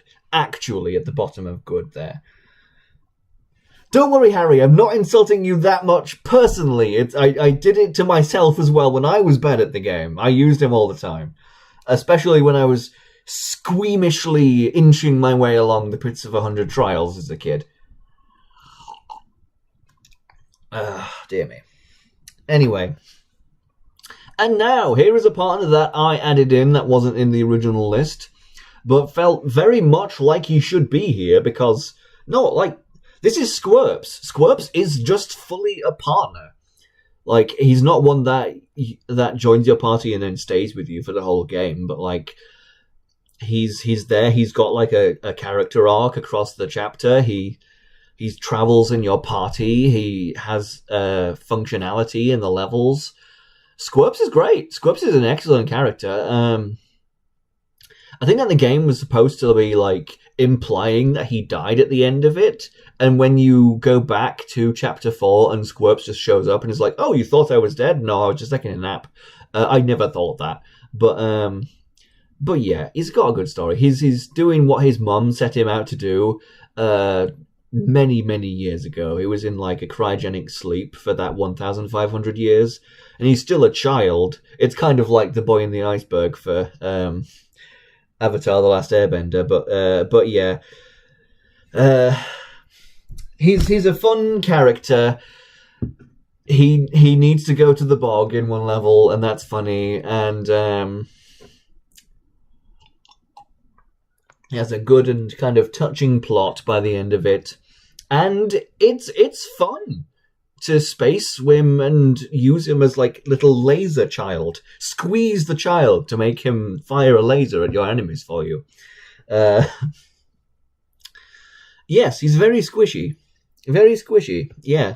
Squirps, honestly, Squirps is going in great tier, actually. Whereabouts in great tier, though, is the question. I like him more than Koops. I like him more than Tippy. I like him more than Goombella.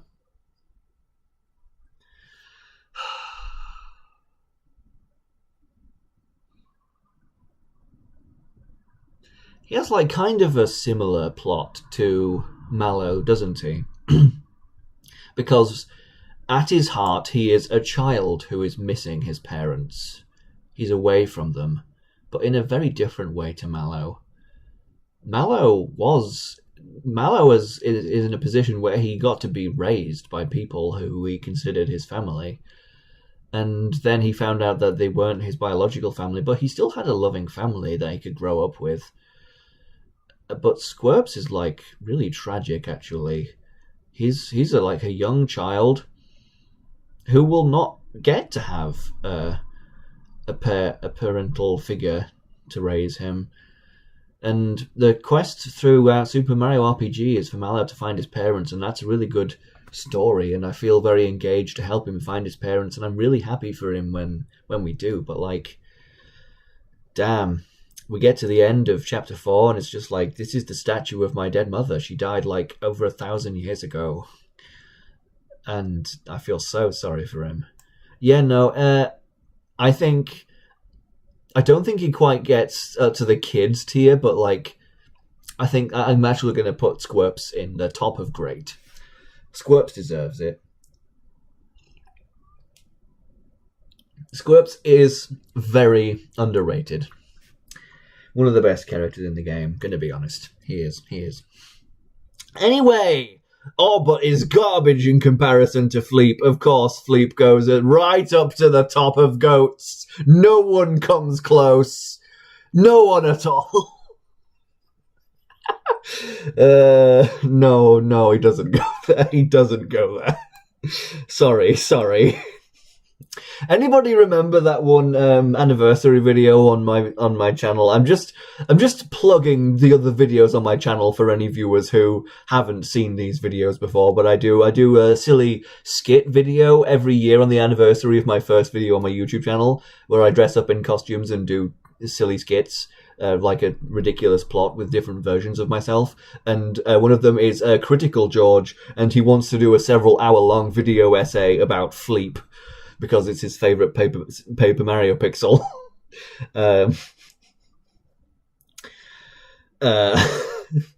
But in reality, Fleep is just like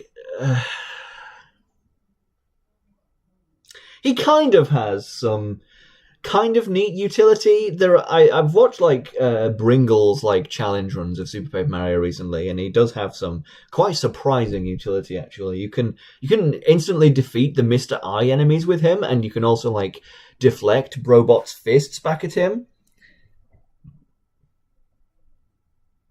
If you dare put that square with eyes over Geno, I've got terrible news, Bryant James. I've got terrible news.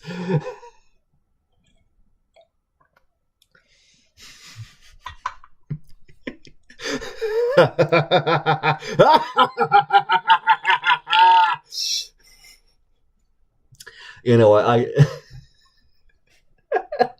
dear me.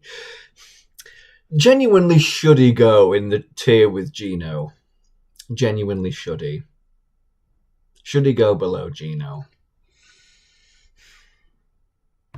Because, like, the thing is, none of the other partners here are, like, ever on screen and talking and doing something that I'm like, I don't like you being here. I don't want you to be here. But Geno is just standing there and giving me exposition. I'm just like, I don't really care about you. I don't really care about you.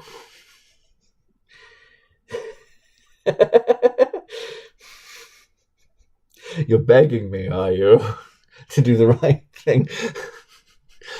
Well, I've got great news if you're begging, if you're that desperate. There is a donation button. How much are you willing to pay me to put Fleep under Geno? Because you can do that.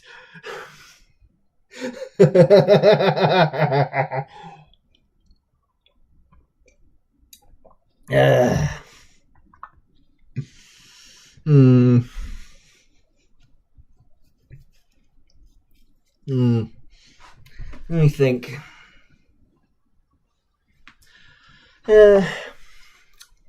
Because, like, Geno's, like, out on screen, and I'm just like, you're annoying. I don't really care about you being there. But, like, Fleep is, like, he's got the whole thing where he's on the toilet. He sat on the toilet for not, like, the full 1,500 years like the rest of the pixels waiting in the chest.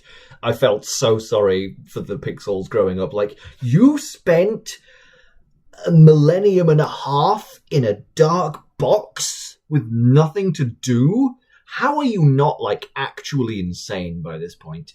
But this guy was just stuck on the toilet.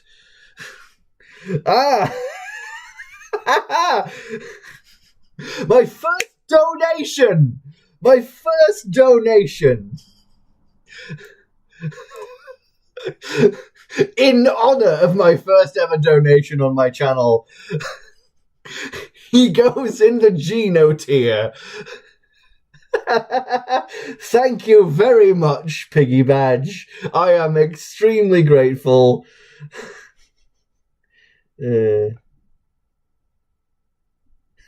Thank you ever so much. Thank you ever so much. I'm saving Bryant James's phone right now. You've saved a mobile phone. You've saved him lots of money for having to buy a new phone. Right then. Well, that's locked in. Fleep is last place. But yeah, no, I don't mind that. I have no feelings towards Fleep. He's just there. So he does have some niche uses that is kind of neat. But like Fleep is and he's got a funny like introduction. He does. But yeah. In fact, I'm thinking a bit more about Gino now, actually. Actually, I feel like I'm being a bit too mean to Gino. You know what? I'm going to do Gino a huge favor and move him up to the bottom of forgettable.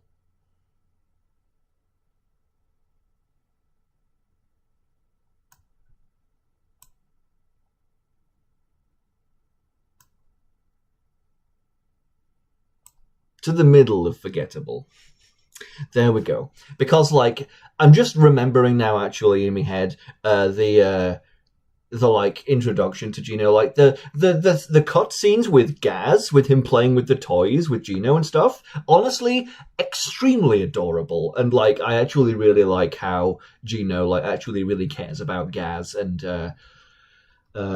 stuff like that. So that's wholesome. That's likable. I like that. But should I leave the bottom tier named Gino? I'm gonna do that for now. Anyway, Fleep is in the Gino tier. Right then.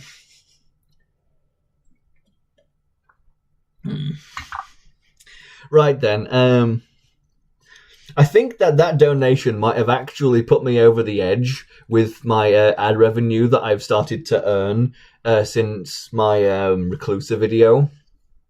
Because like I was just like a couple quid away from the threshold of actually being paid, because YouTube doesn't give me money until I've reached 60 quid. So that might actually be the thing that puts me over the edge. Anyway, Kudge. I really like Kudge. I mean, the hammer ability in the Mario RPGs is it's a staple. It's a staple. It's in pretty much all of them, mostly. And it's still fun to use and very helpful in this game. Excuse me. I mean, if I'm thinking about it, if the hammer in the other Mario RPGs was a partner, would I rank that highly? That's because really Mario's hammer is truly the companion that has been with him through thick and thin. They've been through everything together. That is Mario's beloved friend.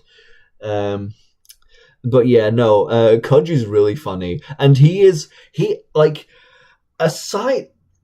I'm thinking about which Mario characters can or have canonically swore before. Kamek said a slur one time, but Kudge can say anything you type within the character limit. There is no swear filter. If you want, he'll say anything you want to in that one bit, and that honestly makes him memorable at the very least. So he's above forgettable. And I do feel rather attached to him. I'm gonna put him at the bottom of good. Is at the new bottom of good, I think. Is he ahead of? Yeah, no. This is a good direct comparison, though. Is he ahead of Barry? No, Barry has a lot of utility though, and he gets more cutscenes. But he's really funny. No, I'll leave it like that.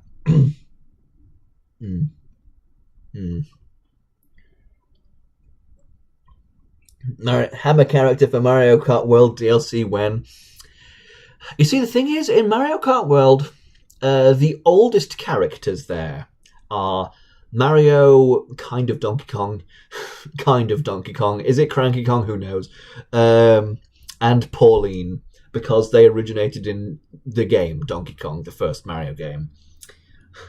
But they need to bring a truly important character from that game that has been slighted so much, and it's the hammer. It's the hammer. It's been there from the very beginning. Anyway. Oh yeah, no, it's a good point. Beepo does swear. He does get censored. That is really funny though. I feel like that's programmed into him. Like that like inventor girl that created Beepo and the super merge goggles. She probably like programmed. He's got sentience. He's got personality, and like he can have the desire to swear, but like it will just be. There's a word for that actually, for like when there's like loads of like different icons there in place of a swear word. Is it called Scrawlax or something like that? I think so. But yeah, Beepo does swear. That's funny. Anyway, though, Dotty, viewers of the Super Paper Mario Let's Play will understand. They will understand.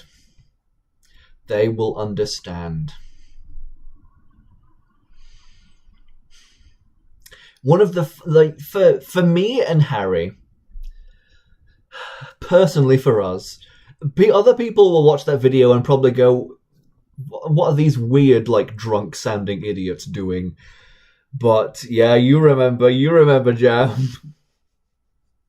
The funniest part of that Let's Play for us is when Dotty came on screen, and like we were just kind of out of it, that Let's Play, and like I was angry with Harry for killing all the Cragnons, and we started to sing her lines of dialogue to the tune of "Born free as the wind blows," and so on. And we just started doing it together for every line of dialogue. And we just started, like, just absolutely pissing ourselves laughing. And it was a magical moment. I adore that. That's a highlight of my YouTube career, is that. And Dotty deserves to be in the great tier because of it. I will not be taking criticism at this time. Anyway, Love B is in the goats. And anyway, Dash L. Now, Dash L is a reward for getting to the bottom of the 200 trials, and this is something that I kind of complained about with Lackey Lester and to a lesser extent Yoshi Kid, but like he's the go faster button, and that's kind of annoying to have to unlock that after such a big trial. But like you already have Carry. Carry also makes you go faster, so it's not really that big a deal. Dash L, it's a nice reward, and he is helpful when you have him, but like, I'm going to put him in forgettable, to be honest. And it's like, I'm going to put him above Slim, because he's got utility at least. He's useful. I'm going to put him above Koopa, but behind Bombhead. How about that? Okay, that's the reaction I wanted. Harry. Good job, you fulfilled your purpose in my live chat. Anyway, seriously, let's take Love B seriously now. Love B, okay. No! Anyway, Love B is annoying. Love B is... She complains about you endlessly. She's kind of a little brat, really. I've got a bit of a thing for like abrasive characters like that who kind of complain and like undeservedly like roast people a lot. I like characters like that quite a bit, actually. And I'll get into that a bit with Kirsty, but as I have said this in my Let's Play, I did actually cry when she sacrificed herself at the end of that chapter, which is very different to the reaction that Harry had when she sacrificed herself, which is cheering uproariously. So I do like her. She adds a lot of personality to that chapter of the game.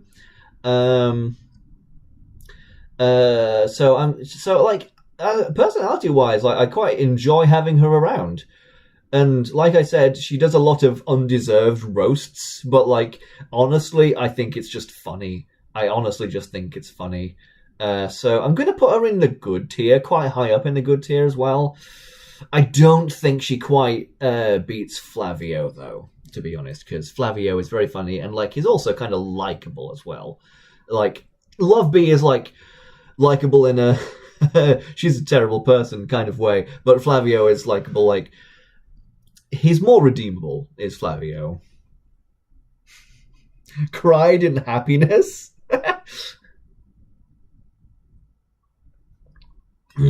And then tragedy struck as she was randomly brought back to life at the end of the game. Yeah, I find it really funny that Love Bee, this character that Harry hates so much, is the closest equivalent in the Mario world and multiverse or whatever to Jesus. She is the child of the god-like character in this heaven-like setting, and she sacrifices her life so that the world can be saved, and then is resurrected. So really, yeah, no, she's the closest analogy to Jesus, which is, I think, really funny, to be honest. Anyway, Piccolo. Piccolo sure does exist. I'm gonna put her in the bottom of forgettable. Like, should I put her in the Geno tier? Because I like Piccolo, and she does have like she has a slight. No, I'm gonna put her in the Geno tier. Yeah, sorry, Piccolo. Like she doesn't. Do I look at the fetch quest as like a positive or a negative for Piccolo? Is my question. Because the fetch quest is annoying, and me and Harry were like really annoyed over the course of it, and then tragically the footage of the end of that fetch quest, which was actually really funny, got corrupted and didn't make it into the video.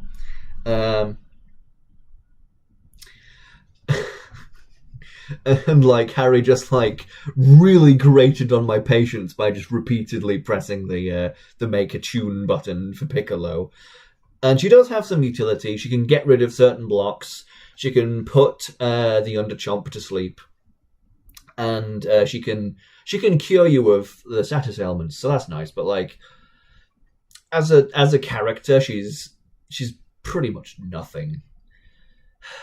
I mean, her side quest is funny, like the you know what, and does like alluding to it being porn and like getting old man watch it, access to Merlamina's OnlyFans and stuff like that. Dear. So I don't know. I feel like that means that she's kind of inherently not forgettable. But like, I don't like her as much as these characters. I don't know.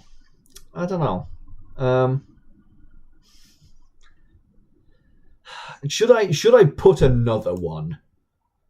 I feel bad adding too many tiers, but I'm gonna add another one. And then you can be that. And then you can be black. Oh no, black! That's the worst color there is! No offense there, Carl. Can I make the color of Geno a different color? Can I make a different color?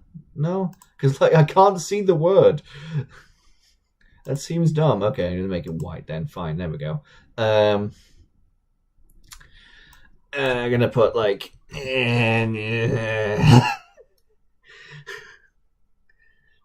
Shall I? I just want to put a.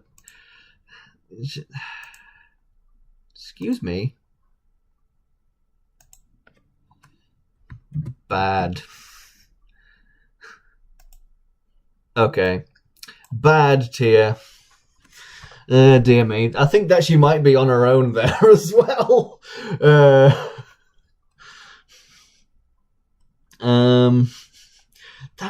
That doesn't feel quite right, but oh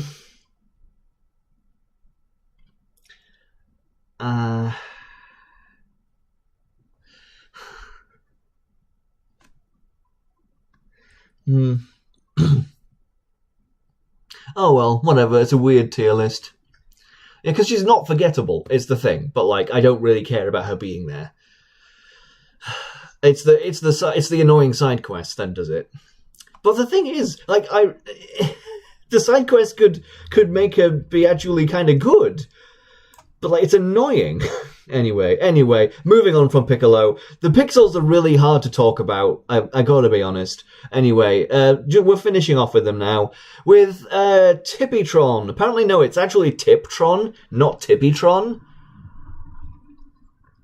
I always called her Tippytron growing up, though, so I will continue to do so. Tippytron is like my favorite example of how hard inflation hit the Paper Mario world, because you purchase Tippytron from Francis for the maximum number of coins, 999 coins, and then later on, in several games later in Paper Mario the Origami King, there's like a bag of 1,000 coins lying around every corner. The economy is like, inflation really hit it hard. But yeah, Tiptron, she's kind of interesting. Like it's so that you can have, because like Tippy performed a very important duty in the game of telling you information about characters, and this is so you can still have that while making her sacrifice at the end of the game stick. And like personally, that is an indicator of something that I really prefer it when RPGs do, is that when an RPG stays finished. I really like it when RPGs and games in general stay finished, and there's like a little bit of a post-game story, like you get to find out what the world is like after the like earth-shattering events of the plot, where the characters are at the end. I really like how in Super Paper Mario, complex minions are just chilling in places you can find them and talk to them. That's nice. And Tiptron, yeah, she's for the post-game. She's like programmed to think that she is Tippy, so she really freaks out when you Tippy Francis, and she's like, he constructed me. He constructed me. No, I'm Tippy. Yeah, I wasn't constructed by anyone. No. But yeah, so I don't feel terribly attached to her, but like. I do still quite like her. I like what she stands for, though. Still, I'm placing these characters for wildly varying reasons, and I feel like it's going to get more balanced when I get to these characters. So we've finished with Super Paper Mario. It's my favorite game, but like I do not really enjoy ranking these pixels because they confuse me. They don't really have much of a personality or any story to them. So, yeah, that's a thing. Anyway, we had nine viewers for a second. Of course, a couple of them have gone immediately as soon as I look back, but that was nice. Anyway, Starlo has the advantage of being in 4 games now. Oh my goodness. She is the most recurring Mario RPG character to ever exist. She's not been the partner in all 4 of the games she's appeared in, but she's appeared in 4 of them. Mind you, she also appeared in like the extra mode of the Superstar Saga remake as well, didn't she? So she's in flipping 5 games, isn't she? I mean 6 as well if you count the remake of Bowser's Inside Story as a separate game. But yeah, Starlo is all over the place. Starlo is everywhere. And I really liked her. I really liked Starlo in Bowser's Inside Story. And I really like her relationship with Bowser as Chippy, and that continues to be interesting in Mario Luigi Brothership a little bit, because she has a little side quest where she goes to see Bowser because he's been all beaten up, and that's really sweet. I really like that. I wish there's not very many references or continuity, sadly, in Brothership with the other Mario and Luigi games. But I suppose, on the other hand, that means that they're not using it as a crutch, so that's nice. But yeah, Starlo. I do actually really like Starlo. People don't like her often because she's mean to Luigi. Oh no. And honestly, she's not even that mean to Luigi. If you want to be mad at anyone for being mean to Luigi, be mad at the Star Door in Partner in Time. But she just like mildly teases him, really, and he's a grown man; he can take it. And she makes up for it by giving him a pep talk in that one bit of Paper Jam. So I think she makes up for it. She's a really funny character. She's got like a lot of really funny lines. I really like her. She does have some like really useful utility. She just like randomly pulls these like powerful abilities out of her arse now and then. Like she's got like this big flashy move that she only uses when you're all inside a pipe, so you don't see it at all, and I think that's really funny.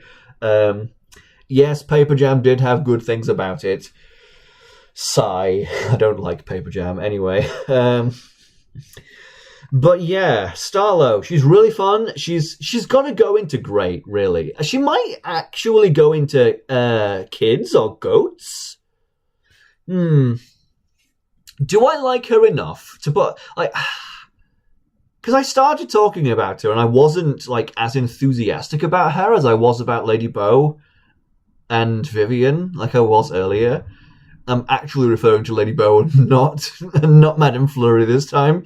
But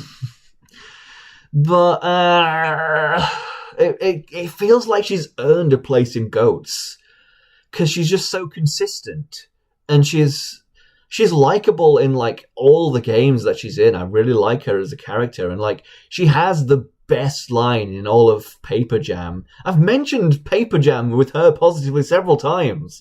Oh my goodness. That bit where she's like keeping us all on the castle that's flying up into the sky with her teeth, and then Kamek compliments how nice her teeth are, and that gets her to let go and we all fall off. Hilarious. Best moment in the whole series, and it's in Paper Jam. At the moment, I'm going to tentatively put her into the top of kids, because I really like Starlo. I think that she is the epitome of the like kind of mean character, but like very funny in a roasty sort of way. Kind of mean. Oh, I'm so glad, Cocat. You could arrive in time, just in time for Kirsty. This is one of my frequent commenters who seems to be very excited for my upcoming video about Paper Mario Sticker Star, because I'm going to do a video defending that game soon. Or I should say another video defending that game soon. Is that continuing to scroll? I'm gonna hang on. I'm gonna have a look at the thing over there. Yeah, is that not really showing up? That's a bit weird. Hang on. Sorry, I'm just doing a little bit of troubleshooting because it's looking a bit odd. No, it's fine. Anyway, anyway.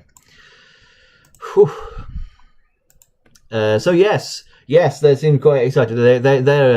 They have good taste because they are a Sticker Star enjoyer. Yeah, Kirsty is not my favorite partner, and I wouldn't even say she's. Kirsty is not the best. Kirsty, she is like I've just been talking about with Starlo. Starlo is the best at the kinda mean but like funny about it archetype. Starlo does that the best. She's like not too mean. She's really funny. It's not like her whole personality is being mean. It's not Kirsty's whole personality is being mean either. But like Kirsty is this is like both a detractor and a defense for Kirsty, but she is a bit too mean to people, and I do find that funny. People like really hound Kirsty for that. Kirsty is like one of the things that people go, Sticker Star is bad because Kirsty is too mean.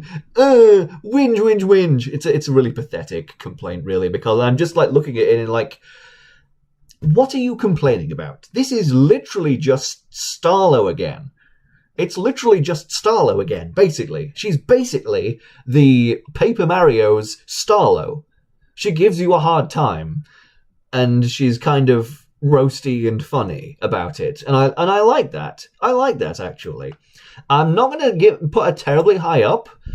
I'm going to put her, I think for now, I'm going to put her at the top of good, to be honest. I might, I don't know. It's a bit hard because Dottie is up in great because of a really funny bit that I had once. And I'm like, does that make it fair against Kirsty? And the answer is no, but it's still funny nevertheless. But dearie me, I'm gonna keep her at the top of good. I'm going to keep it there. And retroactively, I do still like Koops. Do I like him that much? With the way that the tier list has continued, I'm gonna move Koops down a little bit. I'm gonna move him down to good. And Kirsty can be the queen of the good tier for now. But yeah, I do like Kirsty.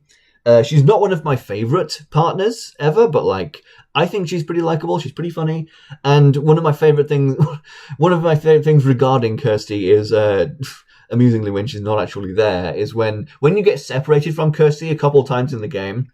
There's a couple buttons where she does things. There's a button for talking to Kirsty, and there's a button for doing paperization. And in Scuttlebug Burrow and in whatever the volcano's called, you get separated from her, and you get like a funny message when you try and talk to her. It's like, Kirsty isn't here. You can't talk to somebody who isn't here. And then those buttons after those messages pop up. Those buttons just become make Mario sad buttons. You press the L button, Mario goes, just for a second, and it's really funny. But anyway, yeah, no, I like Kirsty. She's a bit mean sometimes, but like honestly, she knows how to be nice. Like, the whole debacle with Wiggler in Sticker Star was kind of annoying, but like, she's like actually really patient with Wiggler and really nice to him, knowing that he's just a kid. He's just a kid. She treats him quite nicely around that. Anyway, yeah. So look forward to my video about Sticker Star. Oh my goodness, I recorded the script for that video, and obviously I'm going to edit it down. There's like a lot of like bad takes and stuff that I've got to take out to make the video sound good and stuff. So it's going to be definitely shorter than this in the actual video, but like I recorded the script for that Sticker Star video. The base recording for that script was an hour and a half. I sat down and recorded that script for an hour and a half, and my throat hurt. Oh my giddy aunt! It's gonna be a good video. This video gets a bit listy because I'm like, I like this thing about Sticker Star, and I like this thing about Sticker Star. But like, I make some very good points in that video, so please look forward to that, because Sticker Star gets way too much hate, way more than it deserves. I'm not saying it's the best game in the series. I'm not even saying that it's not the worst one, but like, I still think it's actually quite very good, regardless. Yeah, with Dry Bowser and in Paper Jam. I don't think I really did any of the optional battles because I did not care for Paper Jam. So I'm like, optional stuff? No thanks. I'm good, thanks. So I don't really care that much about that, to be honest.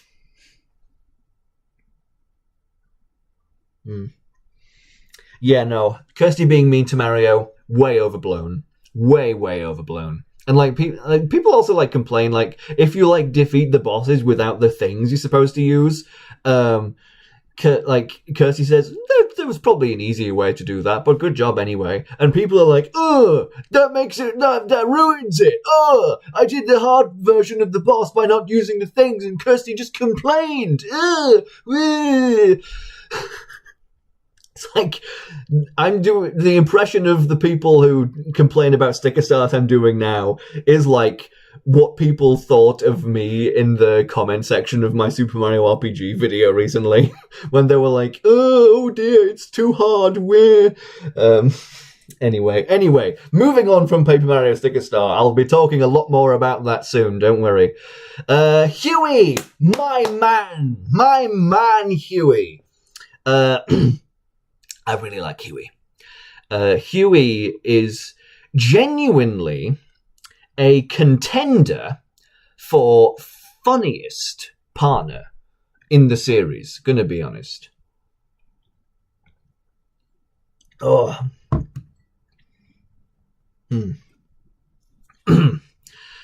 really like Huey. Huey's my bro. Huey's a bro. He's there to have a burger with and have a good time with. He's chill. He's funny. He's got a lot of witty lines. And, like, a lot more things happen in Color Splash than they do in Sticker Star. So Huey finds a lot more opportunities to pop out and talk to people because there's also more people to talk to in Color Splash than there is in Sticker Star. And Huey's just a really good character. I just really like Huey. He's like one of the most likable partners in the series. I don't know if I'm gonna put him in kids. Legitimately, Huey gets like really. I really love Huey actually. Dearie me. It's I gotta say it's the effect of having a single main partner throughout the whole game. I end up way more attached to Huey, who like I don't know if I'd say that Huey has an arc per se, really throughout the game. Yeah, Huey is that good. I love Huey. I don't know if he has much of an arc, really, but like he has so many funny lines. Like around every corner, he's got something really witty and funny to say. He's really likable. He's a good personality.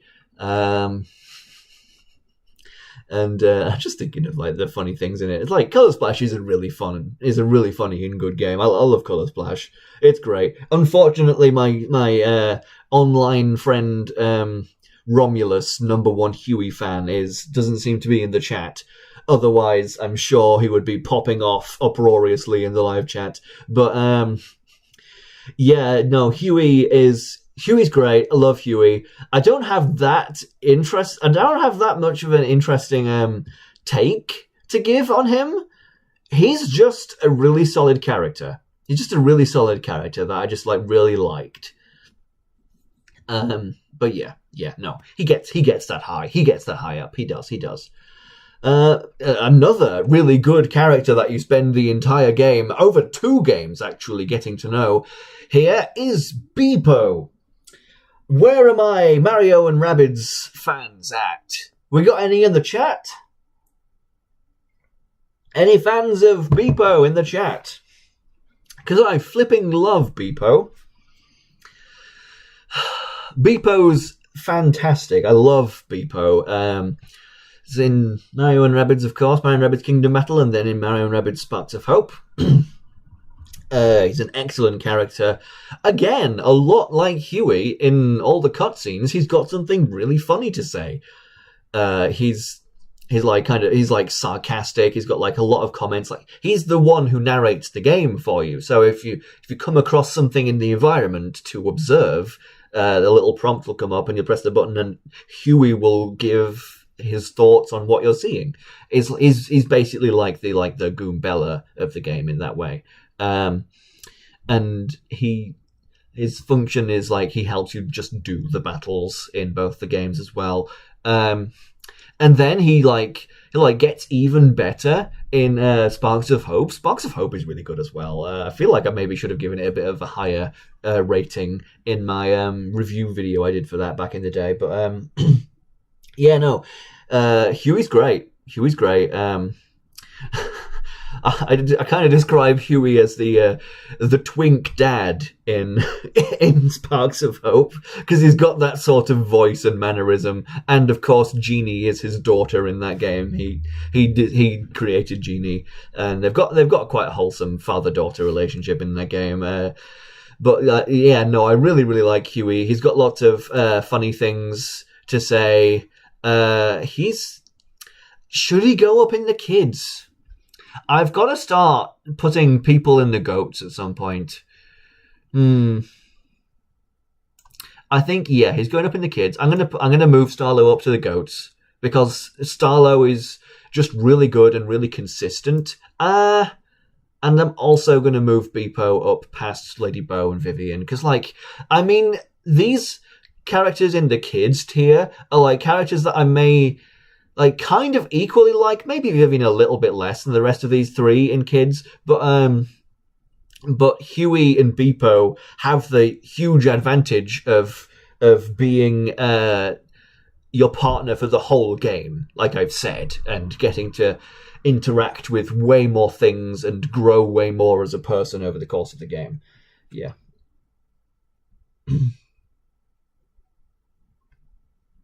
Am I calling Beepo Huey? What? Did I? I'm George Mario Nerd. I can't keep misnaming characters. It's not on brand. I need to know everything about Mario. Who am I if not the Mario Nerd? Okay, hang on. Olivia, you can wait. I'm moving Olivia along. I'm going to rank the other partners in Origami King first anyway. Right then. Okay. Partners in Origami King. We've got Bobby. Bobby goes straight up to the kids. Ahead or behind Vivian? This is a really tough choice, actually. So Bobby is he's a temporary partner. As basically, not all the partners in Origami King, aside from Olivia, are temporary partners that join you for a little bit. And honestly, the way that Origami King does partners is kind of my favorite way that any of these RPGs do it, in that it has the best of both worlds.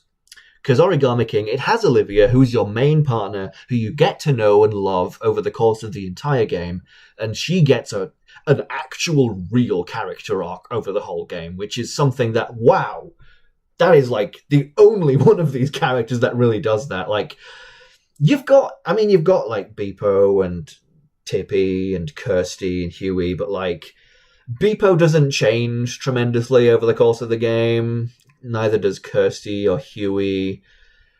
But Olivia actually goes on a character journey across the game and changes as a person, I feel. So that, I'm going to rank Olivia in a bit, but Bobby is on the other hand, you've got Olivia, who's your main partner through the whole game, and then on the other hand, you've got other partners that travel with you for this chapter and then they leave. And Bobby is the first one of these, and kind of the one that you get for the longest. He's the only one who will actually follow you out of his designated area. And of course, definitely spoiler warning for the game. R.I.P. Bobby. Because he does actually sacrifice himself so that you can progress with the game. It's very sad. It's shocking because like that's not something that really happens that often. Like except for like the main partner at the very end of the game, like Kirsty sacrifices herself, and I suppose Loveby sacrifices herself, and Huey sacrifices himself. But like Bobby is not expected. It's not really expected at all. Like you help him get his memories back. You have like a really nice time with him on Autumn Mountain, where the vibes are stupendous. Nintendo, please put Origami King on Nintendo Music. I want it so badly. But yeah, no, Bobby is a great character, and he has a great story, and he's willing to lay down his life to help Olivia, the friend that he's gotten to know. I think I'm going to put him ahead of Vivian. Should I put him ahead of Lady Bow as well? I don't know. He's fun as a character. The thing is, I like... It's really hard. It's really hard up here with these great guys here. It's hard. Dearie me. Oh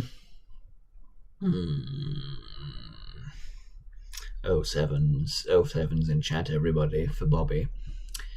His name's Bob-omb, really, but I mean, you know, affectionately, Bobby. Yeah, because he had a lot more than like Lady Bow, but like I think that Lady Bow's position in the plot's kind of more interesting, and like I like Lady Bow's personality more than his. Bobby's personality doesn't amount to that much. He's like a chill guy who's like kind of funny and a bit cowardly. I like that he like falls asleep like every other turn in battle, so he's not very useful. He's kind of there to be like a plot device for Olivia's character arc, but I'm quite happy with where he is. I feel a bit bad putting people ahead of Vivian, but like Vivian doesn't have a massive amount of story. She is good and likable, but like she has been outdone several times by other partners. She has. Anyway, Professor Toad is easier to rank. He's not one of my most favorites. To be honest, when I was playing through Chapter 3 of Origami King, it's like it feels like a downer. Like, because you've just watched Bobby die, so you're really feeling like kind of down in the dumps at this point in the plot, and you get a feeling of like don't get attached when you get a new partner at this point. So, but like I like Professor Toad. He's okay. I do quite like him, but like he's just kind of there. He's funny. Again, he's cowardly. I mean, he's a toad, so toads are historically quite cowardly. He's the only partner with an overworld ability, which is very interesting, of course, for this game. I don't know. Should I put him in good? And I do, and he's got some funny lines and funny stuff. Like they gave his room away to Luigi while he was gone from the hotel. He got lots of funny lines, and it's so funny how you like defrost the like this ancient figure, Captain Teode, and is like, I'm an archaeologist and I'm so excited to interview this guy. It's like, how do you take your coffee? And then he tells him, and then it's like, that's what I wanted to know. I am satisfied now. Goodbye. And that's really funny. I'm going to put him at the bottom of good. No, the thing is, the pixels are kind of doomed to get overtaken in good. Do I put him ahead of Stuffwell? Stuffwell is not that interesting. I'm going to put him ahead of Stuffwell. Yeah, sorry, Stuffwell, but I'm going to put him there. I do quite like Professor Toad.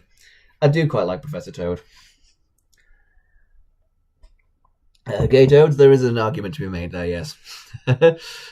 Anyway. Kamek! Woo! Woo! Woo! Kamek! Woo! Yes! Woo! Kamek! Woo! Woo! Kamek is going up in like should I put him in kids? I want to put him in kids. I'm putting him in kids. Yeah, no, he's going. Oh, should I put him ahead of Bobby? He doesn't have that as interesting a story as Bobby, but I like his personality a lot more than Bobby's.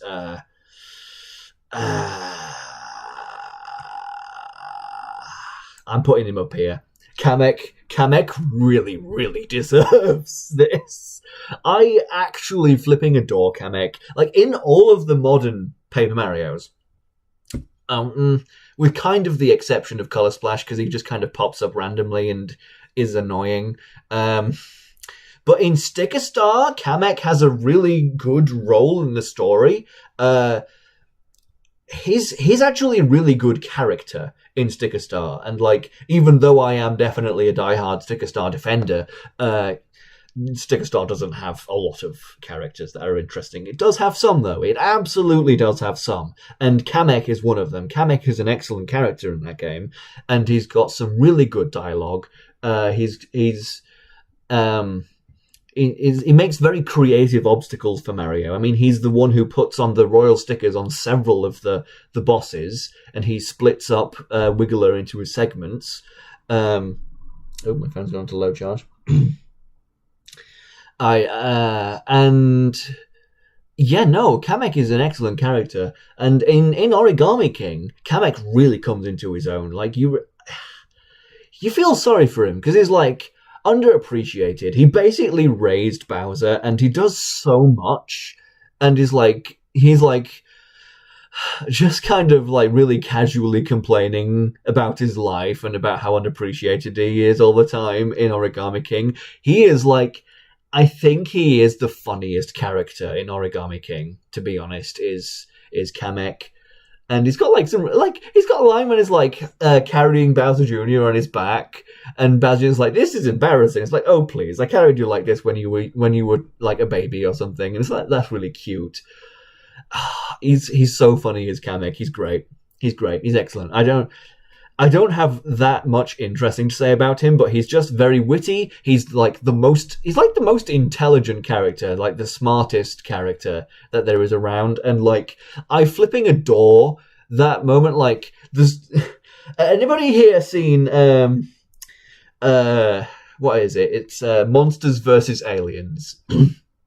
And in Monsters vs. Aliens, the president has two great big red buttons. One of them fires all their nuclear missiles, and the other one gets him a latte. And this reminds me of this moment in Origami King with Kamek, where there's like, I forget exactly what the options are for Bowser's castle with these two buttons that he's got. Like, one of them is like fire the weapons or put up the shield or something, and the other one is cut off the engines that's keeping the castle in flight. And the signs underneath the buttons are like, "Shut off engines" is the button on the other side. It's like, it's just really poorly put together with the signs. It's really funny. Anyway, that was a tangent. Kamek is great, and he's deserving of that high position, if you ask me. Bowser Jr., he was on this list by default. And I like the plot line with him in the Shangri Spa in Origami King. He doesn't really feel like he's a partner, though, to be honest. Like, I think maybe technically you can go into battle with him if you get him all fixed up after going through all of the different spas in the Shangri Spa, and then deciding for whatever reason to go away from where he's supposed to go and find an enemy to fight. Maybe he like appears in battle then. I think he does. But otherwise, you just go straight to the Sumo Bro boss fight, and he just carries you there, and that's it. It doesn't really feel like he counts as a partner. He pops up to talk a lot, but like, I mean, functionality-wise, he doesn't feel like a partner at all. But anyway, he's funny. He's funny. He's a good character. I like having multiple talking characters around who can have conversations with each other. I absolutely love it when that happens.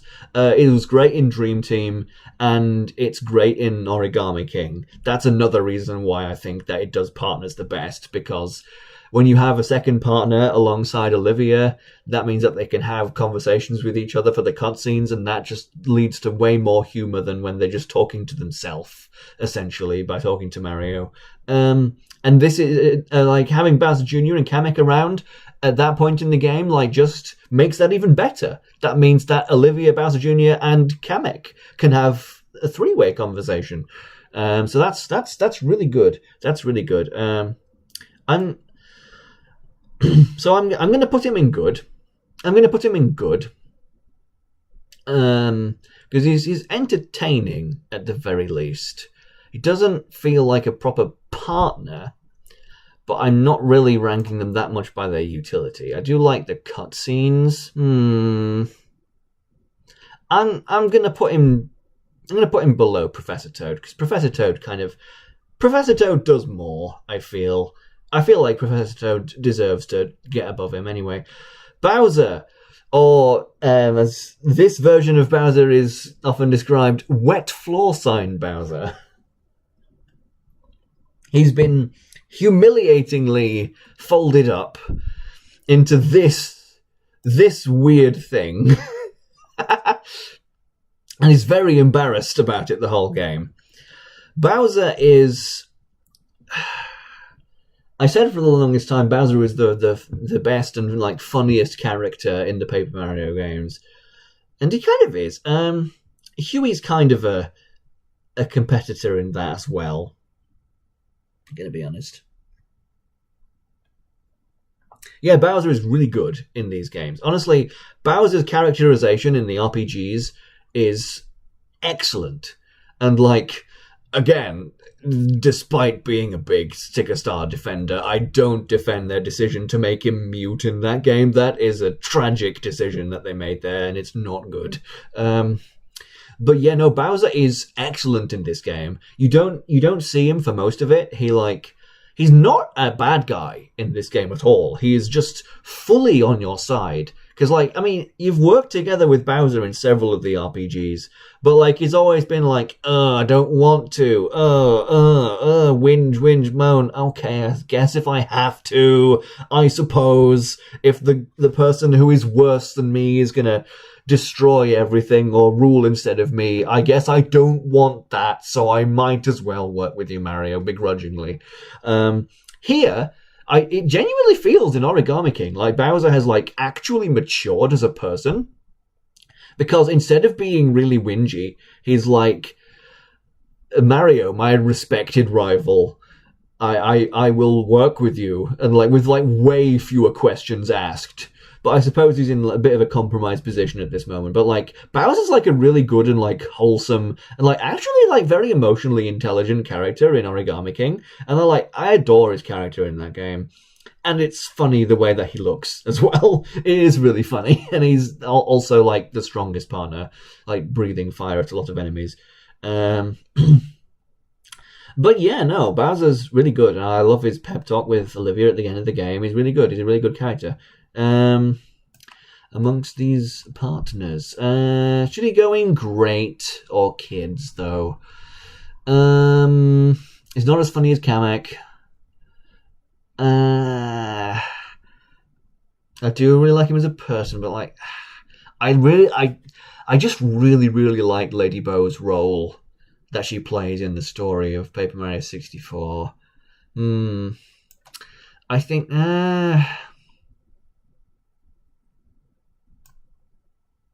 it's he's definitely below Kamek, because I like Kamek better in that game. I do. Kamek's really funny.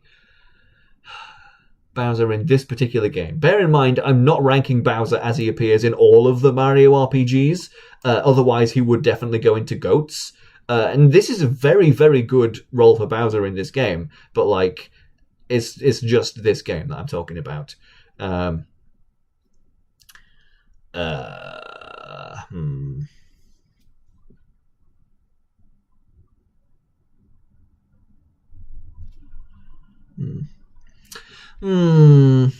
you don't really want to talk about it in the live chat? Okay.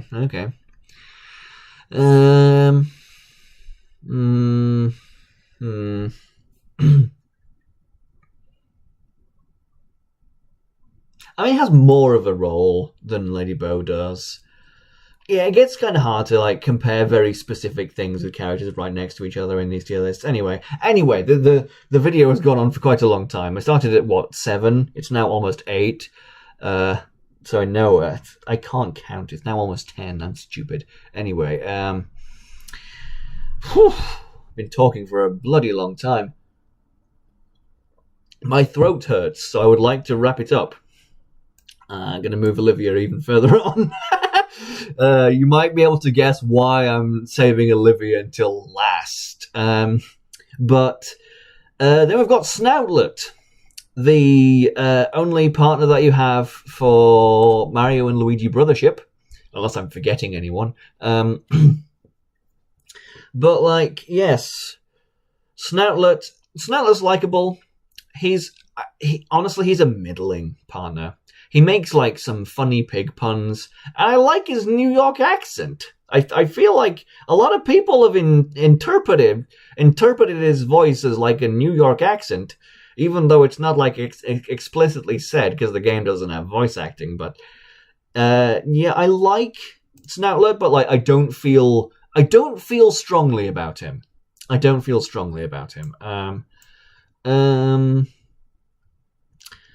Do I like him more or less than Kirsty, though? I feel like he talks more than Kirsty does, so there's more to appreciate.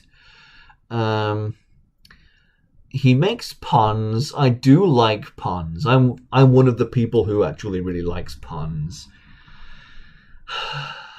But, like, I do like Kirsty's, like, roasts more, to be honest. And, like, Kirsty has more utility, I feel, because she gives you the battle spinner, she gives you paperization. I'm gonna put him there for now. I do like him, but, like, I don't feel tremendously passionately about Snoutlet. I forgot his name for a second then. Oh my goodness. Okay. But now we move on to Genie, another one that, for some reason, this tier list didn't start off with Beepo or Genie. I had to add them myself, which is kind of baffling that they wouldn't at least have Beepo on here, because Mario & Rabbids is a Mario RPG, and that he is your main partner. But yeah, Genie, I like Genie quite a lot. She's your on-ship computer. She was designed by Beepo. So here we have an AI creating an AI. The singularity is upon us. And Genie, I really like Genie's plot. It does remind me of, like, Data from, like, Star Trek, where, like, learns what it means to be a person. And she learns to feel feelings more over the course of the game, and she's got a lot of really good witty back and forth banter with Beepo, and I really like that in the game. But, like, she doesn't do much in the game. She just is there to talk. She does have some, like, relationships with the characters a bit. She's pretty good. I wouldn't. She does have that dynamic that I really like. She has got a really good dynamic with Beepo. But she's, like, kind of the straight man in the comedy duo between them. I don't know. To me, she's the better version of Tech. Well, I would say she is better than Tech. And she is a computer program. Tech, it doesn't... Tech is just, like, his whole personality is, like, I love you, and that is like, it. I don't really much care for it when there's a character as, like, they're completely defined by their just love for another character. I'm like... You haven't written a character. You have failed. That is kind of my least favorite thing about Tippy, is that she doesn't have a much personality outside of just loving somebody else. That's a bit of a pet peeve that's not that relevant to this conversation, but, like, yeah. Genie's okay. Genie's good. I think I might put her at the top of good tier, to be honest. I think I will. Just she belong at the bottom of great. I don't know. I really feel like I really like them as a duo, Beepo and Genie. If I was like ranking them together, I'd put them in goats. But like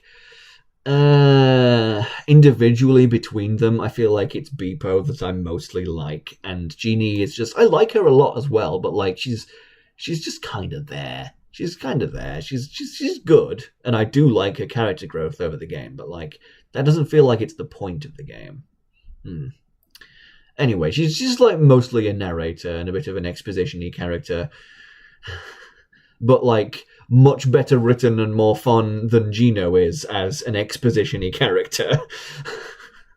Yeah, I'm not going to stop complaining about Geno. Anyway, right then. That weird relationship with Sylvester. Sylvester, that's the train conductor, isn't it? Yeah, no, he was a bit weird. He was a bit weird. Ah, yes, you like diamond-shaped computer program. I love you. Your voice is so good. That was weird. I don't like Terraflora. Terraflora, not a good part of the game. That's my least favorite part of the game. Anyway. My goat, Dreambert. I know I just said my goat, but I do really like Dreambert. He is like at least in great is Dreambert. And like I mentioned earlier, his dynamic with Starlo is excellent. And I feel like I like him a bit more in theory than I like him in practice. Because like he is the ruler of this kingdom, and loads of other people, random people, have moved in on his territory and have like taken over his house and his land, and he doesn't address that really. It's like, oh, it's different around here. It's weird to see how different it is compared to back in my day. But he doesn't like say, go away. You are not welcome here, or something to that effect. But like, I do like Dreambert. I really like his dynamic with Starlo. His tutorials do drag on a bit. But like he's a really funny duo with Starlo. I'm putting him fairly high up in great. Either before or after Bobbery. I'll put him ahead of Bobbery. Bobbery kind of... Dreambert has more. Dreambert is in the game for a long time. Dreambert is in the game throughout the whole game, and he has a lot of opportunities to do stuff. Like he does fall a bit into that trap where he's a bit exposition-y again, because like most of the time a lot of his dialogue is just, oh, we've encountered this weird dream-related thing on this island, and Dreambert pops out and goes, aha, I know what that is. Here is an explanation. But again, he is just a much better exposition-y character than Geno is, because like, oh, Geno was so boring as an exposition-y character. He was so boring. He's so boring. But no, Dreambert is funny. I like Dreambert, and he feels like a character and a person, and I like having him around. I'll leave it like that. Should I? I think I might put Mallow ahead of Bobbery. I don't know. I feel like I'm going to be like reviewing this later on and like looking at my list and be like, nah, I'd move these around here and there and there and there and the other, because like I want to stop doing this stream soon, so I'm not going to like linger and refaddle a bunch once I'm done. But we are now ending with Olivia, and she is actually unequivocally my favorite partner in all of the Mario RPGs. I don't have any water left. She's extremely likable. She's funny. She's lovable. She's kind to pretty much everybody that she meets. I know that I just said that I like characters who are like kind of mean and roasty, but like Olivia is just so genuine, and I really love that about her. And she makes friends wherever she goes. She's so nice, and she's funny. She's wholesome. And I feel really sad when I think about how she could have worded her wish at the end of the game differently so that she could have survived the end of the game. Like, of all these end of the game sacrifices made by the like main partner, like with Tibby, with Kirsty, with Huey, with Olivia, of all of those, she really didn't need to. It was like thoroughly unnecessary. If she had reworded her wish at the end of the game, she would have still been alive and been fine. But like, it makes me really sad to think that she wanted that she wanted to die at the end of the game, and I feel like it sends a bit of a depressing message at the end of the game, to be honest. That makes me sad, but like, that doesn't stop me from really loving her as a character. Excellent character, excellent character.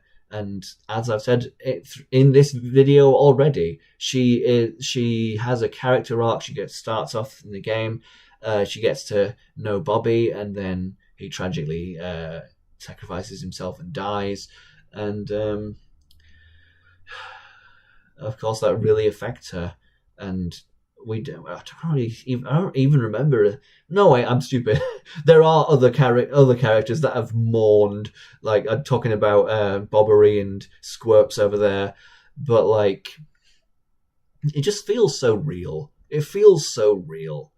Does that bit? It's so well handled. It's such a good bit, and like, she doesn't like immediately completely pep up. It feels like it takes a bit of time for it to feel like herself again. But yeah, no, she was a wonderful companion in that game, and she has a wonderful character arc across it. And yeah, I love Olivia. Olivia is the best. She can be annoying sometimes. Didn't get that impression at all. Sorry, don't understand that. Yeah, no, they kind of have done that a lot of times with partners dying at the end of the game. It's getting a bit of an annoying trope, to be honest. I do hope that they don't do it with the next one. I don't know how much it really adds. If you do it every time, it becomes kind of numb. Anyway, right.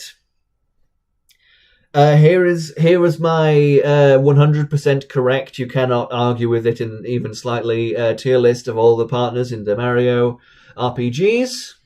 I've only got one in bad and one in the Geno tier. Okay, fine. I'll rename it the Fleep tier. Oh, dearie me.